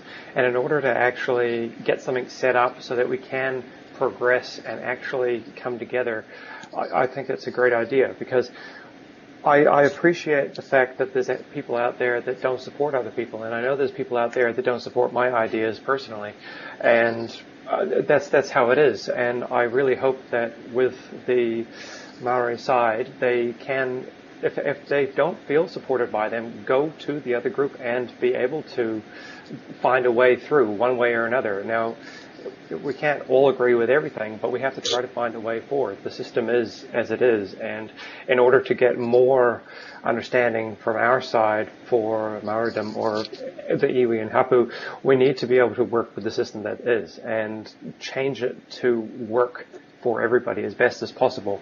Every option is a difficult one, and there is no right answer because everybody is so different. But I think trying to come together and doing this working party, this group, to try to find a way forward and then relook at it come September area, I think it's a really great idea, because we need to come together and we need to find a way forward. Thank you, Councillor Connor. Councillor Kokomulo. Madam Chair, I actually have, quite normally, have a different view to most other people. And I have no problem with that. I'm allowed to think differently and allowed to think outside the square. The concerns I have are relating to the terms of reference. Wording in the terms of reference really reflects, in my view, a racism. And I hate using that word. But that's what it comes across as. When everything talks about how things are going to affect Māori and hapu, I appreciate that. However, we have a district which has more than just Māori in it. We have a district which has Indians, Chinese, and I tell you, they suffer a hell of a lot of racial abuse in our district, even today. And I'm concerned with the wording in the terms of reference, because it misses out those people. It misses out the community which we all are part of and we all are building. If we really want partnership, if we really want people working together, then we need to have documents which actually clearly state that. And I'm not seeing that. I'm seeing division. In the phone calls which we talked about, I've heard from many sides over the last 2 years this has been going on for, where people amongst our community feel completely isolated by the people here representing them, or so-called representing them in this council and in committees. So it frustrates me. Because, I look at the national anthem and it clearly states, let all people, red skin, white skin, Māori, Pākehā, gather before you, may all your wrongs we pray be forgiven, so that we might be long living Aotearoa. We're all together. And it frustrates me because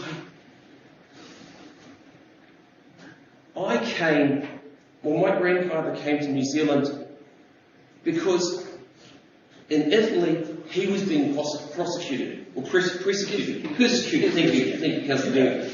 Came to New Zealand and the same thing happened here. If you remember how the Italians were treated during the war, it was disgusting here in New Zealand. And not only that, but the Chinese were treated the same way. And then the 80s and the 90s, when the Indians started coming through, they started getting treated the same sort of way. I've grown up with this, and I have many people in the community which I communicate with, and I hear it from all races, including Māori. So it really frustrates me when I see a document that excludes everybody, and excludes the ability for us to work together. So, I'm just frustrated because it just doesn't, to me, build confidence. Thank you, Councillor Kokorolo. I believe everybody has spoken. I will hand to Councillor Holtz for a right of reply. Thank you, Worship. Very good conversation around a good debate. Just to answer some of the questions from Councillor Murphy, why word endorsement is so important. If we had endorsement today, there's a fait accompli, overdone, and it doesn't allow the parties to go back, our partnership to go back to the effective organisation and say we have got some issues to sort out. So that is the danger of endorsing today. Item C actually covers it off nicely. We've got to do our homework, we've got to look at all the issues, and we go back to the principle of carrying the people with us. And we can only do that if we go back to that space and work up from a strong base. The other issue, just coming off Vince's comments with Councillor Cockerell's comments, the term of reference is only for 4 months. But that's how long we've got to work to bring this back to council. We originally had 6.5 months. We lost all that over 2.5 months through COVID. Now we're going to have to do this work 4 months. I was really impressed by the energy and the enthusiasm by that working group. And I said, I must compliment Dominic as well. Very well managed, and the amount of time he came back to us when we asked certain questions to him. But he never failed. He came back and replied very, very quickly to us. I've recognised Deborah and Delaraine and Mary Decker and Ken and Simon for the work of that working party. But what we did is a bit unusual for council. We actually tested ourselves a bit, and it's on page 42 of the agenda. We actually put a charter together. So whatever we do comes back to that basis of test. And so when we're going through and we're looking at the different facets we've talked about in the debating chamber, we will test it against that simple charter. The vision, to have the best married council relationship in Aotearoa. The values are bold, brave, respect, equitable and unified. The intent, effective by performance through partnership, and the purpose is to work together. So everything we put into that terms of reference will be checked against that simple wish list. That is why we're very insistent that go into this agenda, so everyone's quite clear. Some of the things we talked about, not many people know this. We actually set up the card area in 2011. 2012 it is formally adopted by council. But in that time, we've lost all our staff who was in that department. Sharon Hay, Jude Thompson, Paul Dell, Solomon Tippett, all gone. On the married leadership side, we had Peter Tiffany, Jared Pittman, Duana Sebi, who owned Linda. So they were right. So I'm trying to bring the history into here. I'm trying to keep consistency into this. Building on the gains we've already made as the Kāre area, we've built some great friendships, great partnership values in that. And amazingly, and I must point this out, our married partners in this arrangement here have brought back the same values they had in 2012. Like they haven't changed their values. So we've got a fair bit of consistency coming in. And we want to build on that consistency. We've got a challenge in front of us. We're going to meet monthly. We're running a 3-monthly meeting before we make a decision. But I can assure you that the energy, the networking party, if we can get that across the rest of that committee, we will find the answers for you. So thanks very much. Thank you, Councillor Holtz. The right of reply has been had. I'll put the motion. Those in favour, please raise your hands. Those against? And did you wish you all vote against me before? Councillor Copper, that is carried. Brings us to item, we've just got 2 left in the open agenda, so I am going to push on through. I know we need to stretch, but we'll go to 5.6, page 44, the Local Government Funding Agency Special General Meeting. We've got recommendations that the Council appoints Alan Adcock, GM Corporate CFO as proxy to vote on behalf of the Council at the Local Government Funding Agency's Special General Meeting on the 30th of June 2020, with the Chair of the Local Government Funding Agency Board as alternate. 2, agrees that the proxy or alternate votes in favour of the Local Government Funding Agency's proposal as follows: to increase the Foundation Policy Financial Covenant net debt to total revenue from the current 250% to 280% for local authorities with a long-term credit rating of A, equivalent or higher. And 2, that until 2025-26, local authorities with a long-term credit rating of A, equivalent or higher, must comply with the alternate net debt total revenue covenant as below. And it goes up and down through the years, so at risk of not reading all those out. We also note the amended Foundation Policy Financial Covenant of 280% will apply in the 2025-26 financial year and annually thereafter. 4, notes that tiered covenants put in place for the 2020-21 year through to 2025 are created under the bespoke covenants provision of the Foundation Policy and requires only the LGFA board's approval. 5, notes that Council staff will update the Council on the Local Government Funding Agency's Shareholders Council's recommendations on the proposed shareholder resolution at the Council meeting. Do I have a mover for those lengthy recommendations? I will move them. Do I have a seconder? Councillor Deeming is seconding. I have every confidence that our appointee, Alan Adcock, will be wise in his decision making at the meeting. This is supported by a very lengthy document which I'm sure you all devoured and enjoyed over time. But are there any other discussion points around this item? Oh, Alan. Excuse me, I've just noted there was a late amendment to the item, which I know I picked up, and item 4 to be removed from recommendations. Item 4 is deleted, so I was moving it. I'm happy to delete that. I'm sure my seconder will be happy with that. Thank you, Alan. Did you have any other comments you wish to make? Okay. So any discussion on this? Councillor Cockerillo? Madam Chair, just to clarify, the whole purpose of doing this is to allow more councils to borrow more, is that correct? Greater financial flexibility. Ellen, you might want to respond to that, please. Through the chair, yes. Thank you. Any further questions or comments? I wasn't actually going to make that comment, except because Alan has just made it. So it does provide greater financial flexibility and borrowing capacity for local authorities, but there are plenty of safeguards in place. Councillor Murphy? Just to comment, I mean, I worry about this because I just think about the burden it's placing on future generations, and that we see some councils going into higher and higher levels of debt, quite we're in a really fantastic place. We've got an excellent credit rating and really strong financial management. But yeah, that's my only thinking, is that increasing that debt is increasing the burden on future ratepayers. So this is up to each individual council to make that assessment for themselves. Any further discussion? I will put that motion. Those in favour, aye, or raise your hands. Those against? Councillor Coparillo and Murphy. Councillor Coparillo, does you wish your vote to be against to be recorded? Carried. The last item in our open agenda is item 6.1, Whangarei Art Museum request for change. Have I missed one? 5.7. Thank you very much. COVID, this is the item that we agreed that we'll be able to consider on today's agenda. 5.7, COVID-19 response to Tai Tokoro redeployment package.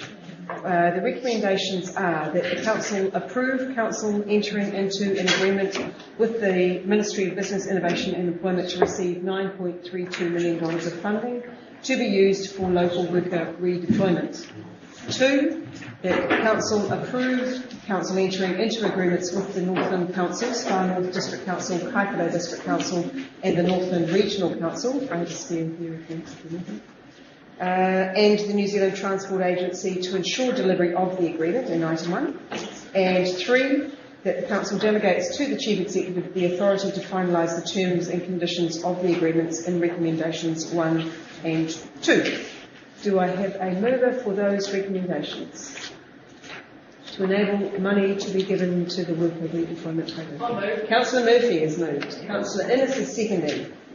I will take the item as having been read. Is there any information that, Simon, you might wish to speak to the Council also? Thank you. As you're aware, CIP funding came available in March this year, and this Council promptly responded to that with an application of projects. And I thank the team for responding so quickly on that. The CIP provided, and we were providing funding to $9.32 million for Northern councils to be able to distribute. At this moment in time, we're putting together the programs of work, finalising that shortly, and where we anticipate will be taking this forward. Thank you, Simon. And just to be clear, people, the Ministry of Business, Innovation and Employment needed one agency to administer the fund, which is why Whangarei District Council has been selected to do that. And the projects range across the region. You'll see on page 2 of the agenda the spread of those projects around Kaipara, the Transport Agency, our council, Far North and the Regional Council. And you'll also note that the identified outcomes for the funding were the 3 points: redeploying people relatively quickly into Tai Tokoro, providing alternative employment for 3 to 6 months for 165 workers, and aligning with objectives for economic development in Tai Tokoro. So it's very clear that we're being used to sign the contract, and the projects are being delivered around the region. Councillor Cooper? Do we get any compensation for the time it takes to administer this sort of thing? I don't know the answer to that. No, we don't. But we do get 2.7 million projects come on this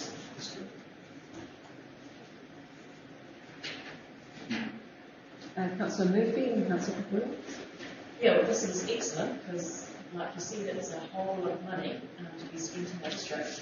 My question, so I think on the second page, it's great that it's been specified that they want to target local Māori, Pacific and women workers who have been displaced. But when you look at the list, so about 10 of 15 of those projects are for immediate commencement. So I'm just wondering, my question is, because I think it's a really worthy goal, but how, so how are we going to ensure that those people, so say on the Tuakaka coast, say you worked for Dive Tuakaka or Oceans and Hospitality in the Boston job, how is the MTA and the other people who are going to administer the contracts, how are they actually going to seek out and engage with those groups? Simon, do you have the answer to that? The majority of this work's going to go out through the maintenance contractors that we currently hold contracts with. Maintenance contractors are going to work with subcontractors and other contractors in the district. This will provide opportunities for people to be employed in these work areas, but also provides the opportunity for employees of those contractors to continue to be employed at otherwise may lose employment, may lose some small businesses. So we've been working this through with MPIC to try and find something that will work, meet the objectives of this. Simon, I think Councillor Peters is having trouble hearing. Is that correct, Councillor Peters? So if you could speak up. Yes. Yes, please. And I wanted to speak too, sorry. So we're working with MB to try and make sure that we meet the objectives of the contract, but also be able to deliver this properly. And so that does require us working with existing maintenance contractors to do that. So we've provided our methodology to MB to show them how we're doing this. And they, at this point in time, are comfortable with that. In regards to some of the parks, or parks funding that's not been identified, we are working with trusts and community trusts to try and meet all those obligations in that respect. So it's a little bit of work in progress at this point in time to try and meet time frames and the obligations. And that's provided enough information at this point. Yeah. It's good, and the benefits are still clear.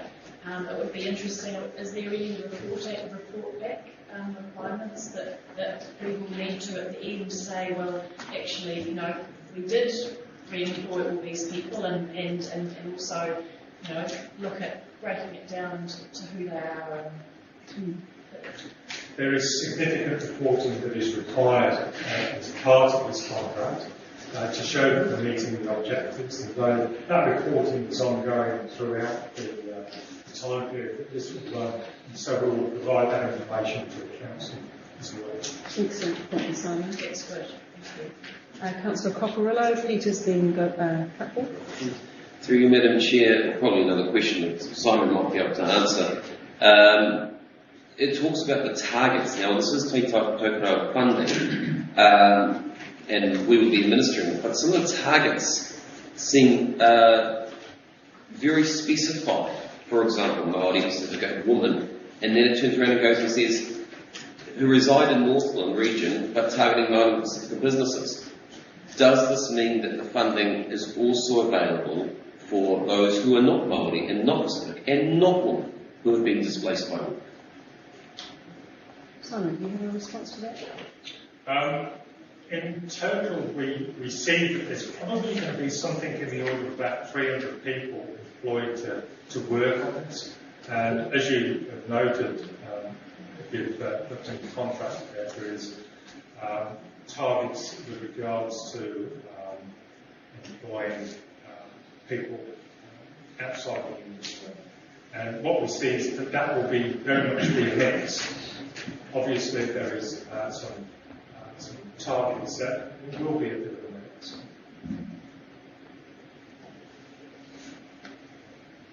So could I ask a question here of Simon while Simon's still on the step? So Simon, so what you're saying then, because I've got the same concerns, that we've got specific sectors, so you're saying that while there is a target for the distribution of this money, it's not exclusive to those sectors. Is that what you're saying? That is the way we're working. Now, Councillor Peters. Right. Thank you. My query is building on Councillor Murphy's comments and queries. I'm interested that you will be, and I think I'm hearing that you will be reporting back on numbers. I'm also interested because within the council, I've actually mentioned to the chief executive, I will be interested also in those percentages of Māori and Pacific Island, whether any of them are employed in jobs of skill level.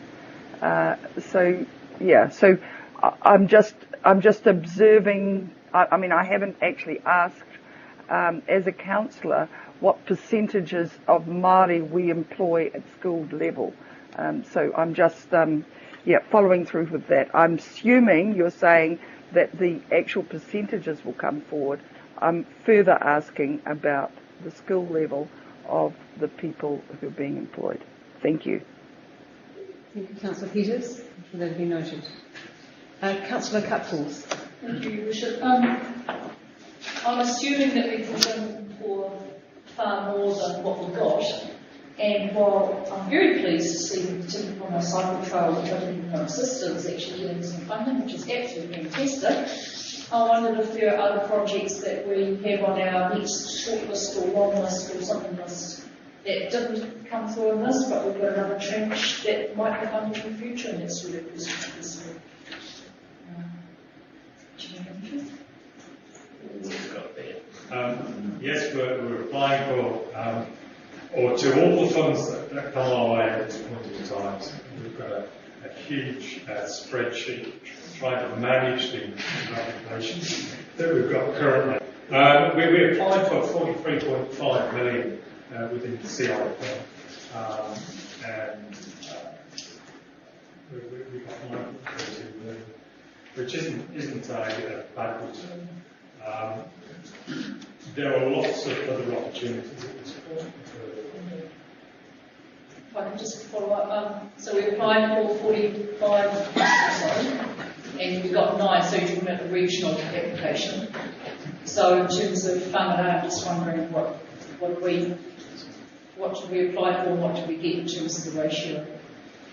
Thanks, Kelvin. Through the Chair, the 43 million was an application that was put forward prior to the full lockdown. It was labour-intensive focus and primarily about projects that we could get underway. In that 20 million of it was cycleways, and those cycleways have been reapplied for with the CIP project funds and PTU funds as well, so they are still in the mix. What MD we have gone through and done is chosen the full labour-intensive 2-week type start projects that we can focus on, and that's what's been funded at the moment. The majority of the remainder are still in the running through other funding projects. With respect to the Whangarei Council component, about the same ratios as are currently here for the 43 million, so about 20%. But it was, when it comes to cycleways, it is somewhat location project. So where those cycleways sit. So for the cycleway projects, we've taken NDGA business, Twin Coast Discovery business case, and those are the cycleways that we've put in.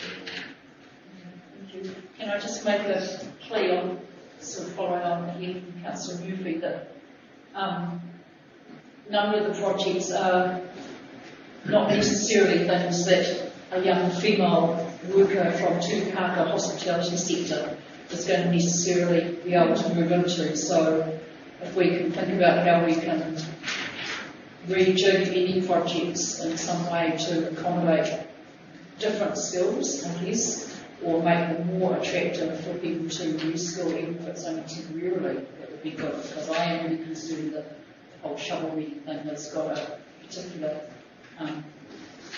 gender focus, but I suppose sex focus is the more appropriate term in schools.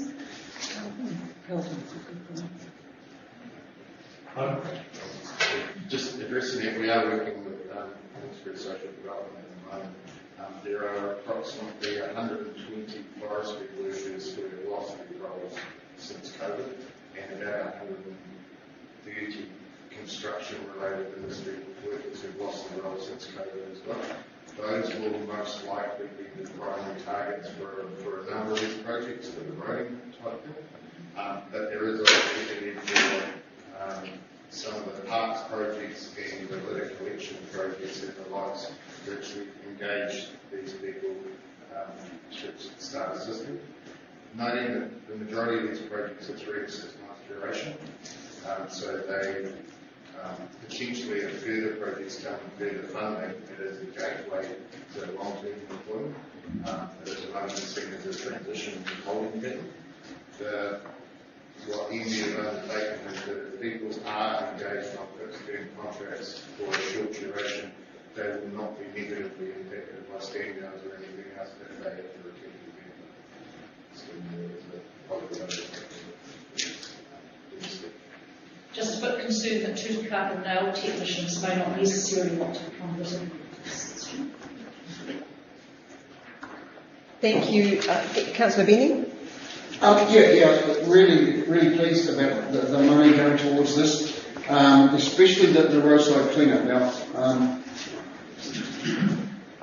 I've been going on about this for a while, and I have some ambition to take this a little bit further. And I know groups like Councillor Knob will say that when you clean up an area, that's great. Within 6 months, it's back to where it was. So I would love to see us as an organisation be a little bit proactive and use this as education and use this to moving forward to have, rather than spend the money, it's done 6 months later, it's back to how it is. So I just see this as, if we do this right, we can use this as momentum to move it forward to say, how are we going to clean up our roadsides for the next 20 years, not just for the next 3 or 4 months, spend the money and move on.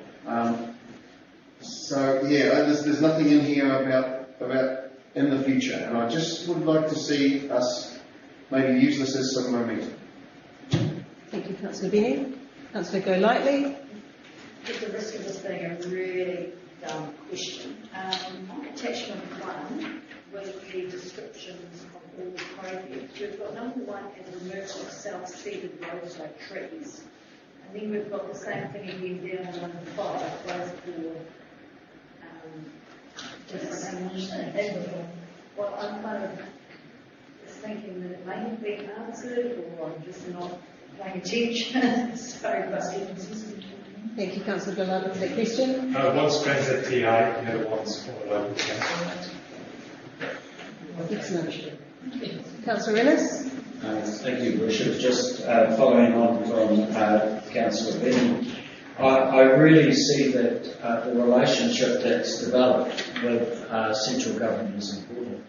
And when we look at projects like this, being able to get the most out of them is extremely important. And being able to sort of evaluate what we've done with this funding that then further develops that relationship with central government. So that really what we're trying to do is work with central government to achieve what they're trying to achieve, but also get the most out of it for ourselves. When we look at our COVID-19 response strategy that we have, part of it was really wanting to develop that relationship. And I see going forward, particularly in the reset, and this is just the start of it. And when we see the economic impacts of COVID-19, the more that we can be upfront and illustrate that we are effective and being able to deploy central government resources, I think it will be to our benefit for the future. And part of that is really trying to achieve something that's more sustainable and actually reinforces the direction we want to go on, rather than just reacting on projects that really sit and then they're gone. So I saw that with many years ago with temporary employment programs with government. So I just think if we could develop a strong relationship going forward, it will be to our benefit and our residents. Thank you. Thank you, Councillor Ennis. Councillor Hulse. Yes, I've got a couple of concerns. A couple of councillors already spoke. Councillor Deeming and Councillor Coccarello mentioned a few things in the agenda that I want to expand on. I find it probably a case of really bad timing that this follows 5.5 in our agenda, where we actually had a discussion about how we're going to pull our communities together. And straight away we turned to this one, 5.7, and it said you're going to target separate groups as we do. I don't think that's good form. And I also don't think it's something I can support, because I've just explained to the whole council here in our public violence live stream that it's very important we work in partnerships, include all the people, bring the people along with us.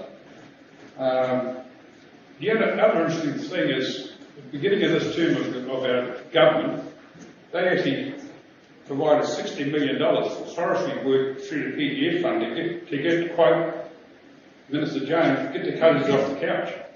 Has that worked?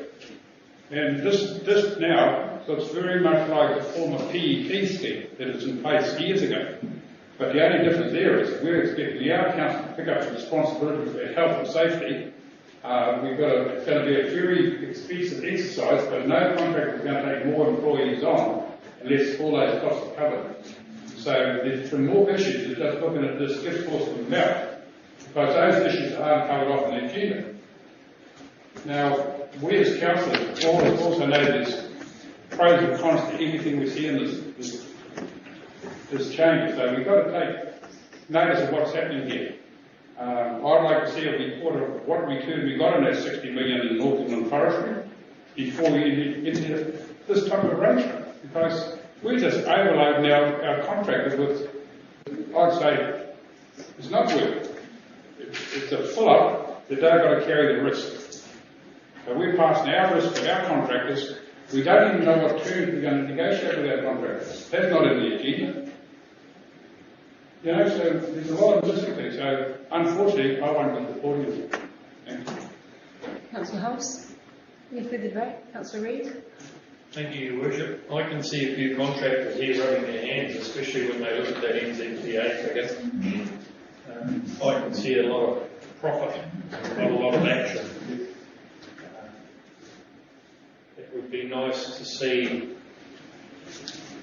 some targeted work throughout the north. We've got villages on state highways where it's relatively dangerous, and I can vouch for this because I tried cleaning up the roadside at Whangarei in the state highway 14. And you take your life in your hands when you step out there with a lawnmower or a weed eater, I can assure you that it would be nice to see some targeting, not so much in the 100k areas, but in the 70 and the 50 and the 40k areas around schools. If we could have those roadsides cleared and cleaned, then perhaps we may, I will definitely work on getting buy-in from various residents. But we need somebody to go in there to do the initial clean, because that's not a good feeling on that roadside. Just I can see contractors picking up on this thing, money in the bank. I'm not sure, have I spoken or did I only ask a question? Thank you. Thank you. There's no way I want to lose the money that has been allocated here. I don't want to jeopardise that in any way. But I do echo Councillor House and Councillor Reid's and some of Councillor Coccarello's concerns, and one of them would be around employing people in roles that they haven't been trained or skilled in, and that even includes picking up rubbish on the side of the road, which is an exceedingly dangerous thing unless you've got all the right vehicles, which I've no doubt we would have to have. But it seems that contractors are going to be asked to employ people that haven't necessarily been trained. And in my own business, there's no way that I will take on young, untrained, unskilled people to do any of the type of work that we actually do on the farm. Because if they put a foot in a hole somewhere and spray their ankle, then that's my fault. And I'm just really concerned that council's taken on that risk, probably. And because Simon would like to answer that? Everybody working on this project, as per all the other projects that we've received COVID trains or whatever it is that they need that. Okay. Thank you. That resolves that concern then. And the other one, of course, is just reiterating what Councillor Holson and Councillor Whangarei said about targeting specific sectors, because we've got a lot more deprived sectors than just those ones. And I'm hoping that that may indicate that there's another tranche of money coming forward that a wider group of sectors could be considered for. But, well, I mean, I'm really reluctant because of that particular clause, but by the same token, I don't want to turn down money that the government's handing out. So, accordingly, I am relying on the delegated authorities of the Chief Executive and the authority to finalise the terms and conditions of the agreement, having heard and absorbed the concerns from Council. Thank you, Councillor Deeming. Councillor Cooper. Thank you. I, like Councillor Deeming, don't think we should do anything that risks, we should take this money forever. Councillor Holst mentioned looking gift horse in the mouth, and that's exactly what we're doing right now. We are also getting ourselves as a group of so-called governors getting right down into the management of the situation, which I don't think we need to do. I feel that the general direction has been set. We've been given some money, let the staff get on with it, and as far as the other groups that are in need go, yes, but because only one set's been targeted here, we shouldn't stop them getting it. Let's hope we can get something for the other groups later on. So let's just move. Yeah, I support this. Thank you, Councillor Cooper. Councillor Martin. I'm amazed we've been talking about this for so long. We have to have spade-ready, shovel-ready projects. Gone ahead and done it. We've now got the money. All of those contractors have seasonal workers that they lay off this time of year. Now there's work for them to keep those people in. They all have training programs, significant training programs, where they're training people all the time. And a lot of them have a component where they're taking in new young people who haven't been trained before and training them up with experienced guys. And all of the contracting firms are doing that all the time. So I don't see any issue with this. And they'll be moving forward. And a lot of those people who start as seasonal workers end up as permanent. This comes back to that. They end up, and some of them even go and get their degrees and stuff from university because they get the taste for it, they change industry, they find out that it's permanent and it's reliable, and they carry on. So I just think we should unanimously support this. Councillor Connor. Thank you. Been hanging around for a while for this. Coming from where all these kind of projects are kind of coming from personally, I mean, I've had dealings with so many women that are strong-willed and they are full of energy and they will get into these things. I mean, a lot of these shovel-ready projects are the ones that are they're ready right now. It's not to be developed. It needs to be developed, but we have to work with what we have right now. The COVID-19 situation that we've had thrown at us is dealing with issues that are happening right now. And personally, coming from picking up rubbish and maintaining trees and stuff, I've worked with women who can do the jobs if they have the right tools. Even if men don't have the right tools, they can't do the job right. So if you have the right tools and the right people and enough drive to be able to get this stuff done, then we just need to go through it and keep it going. We need to get people out and act active and try and keep the money flowing as much as possible. So I'm supportive of this. Thank you, Councillor Connor. I think I asked a question before. Just very briefly, I just want to make a comment in support of what Councillor Benny said.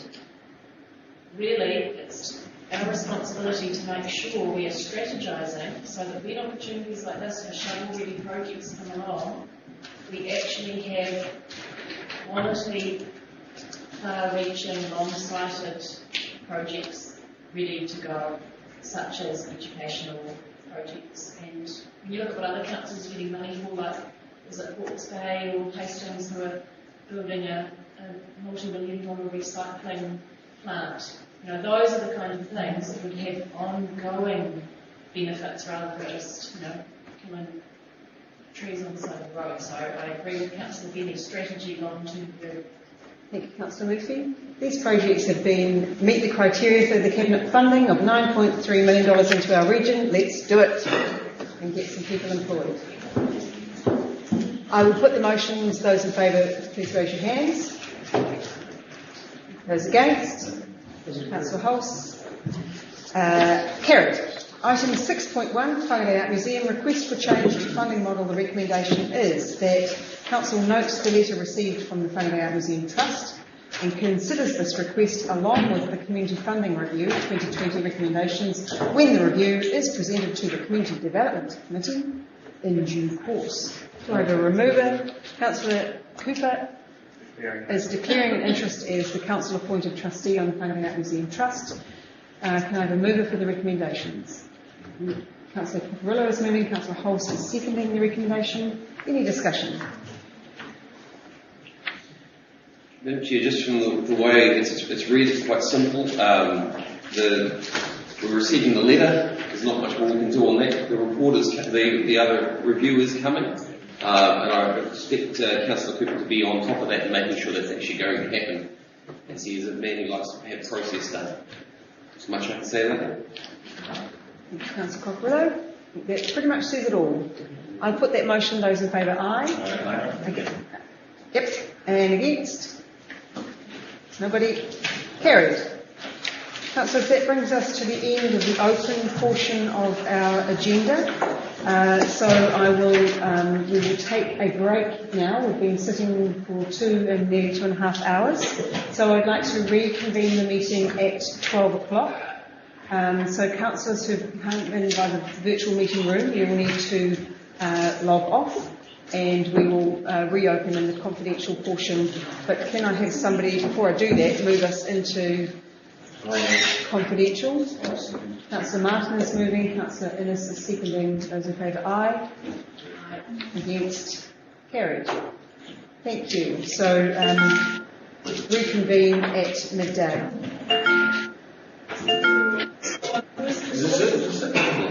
It is.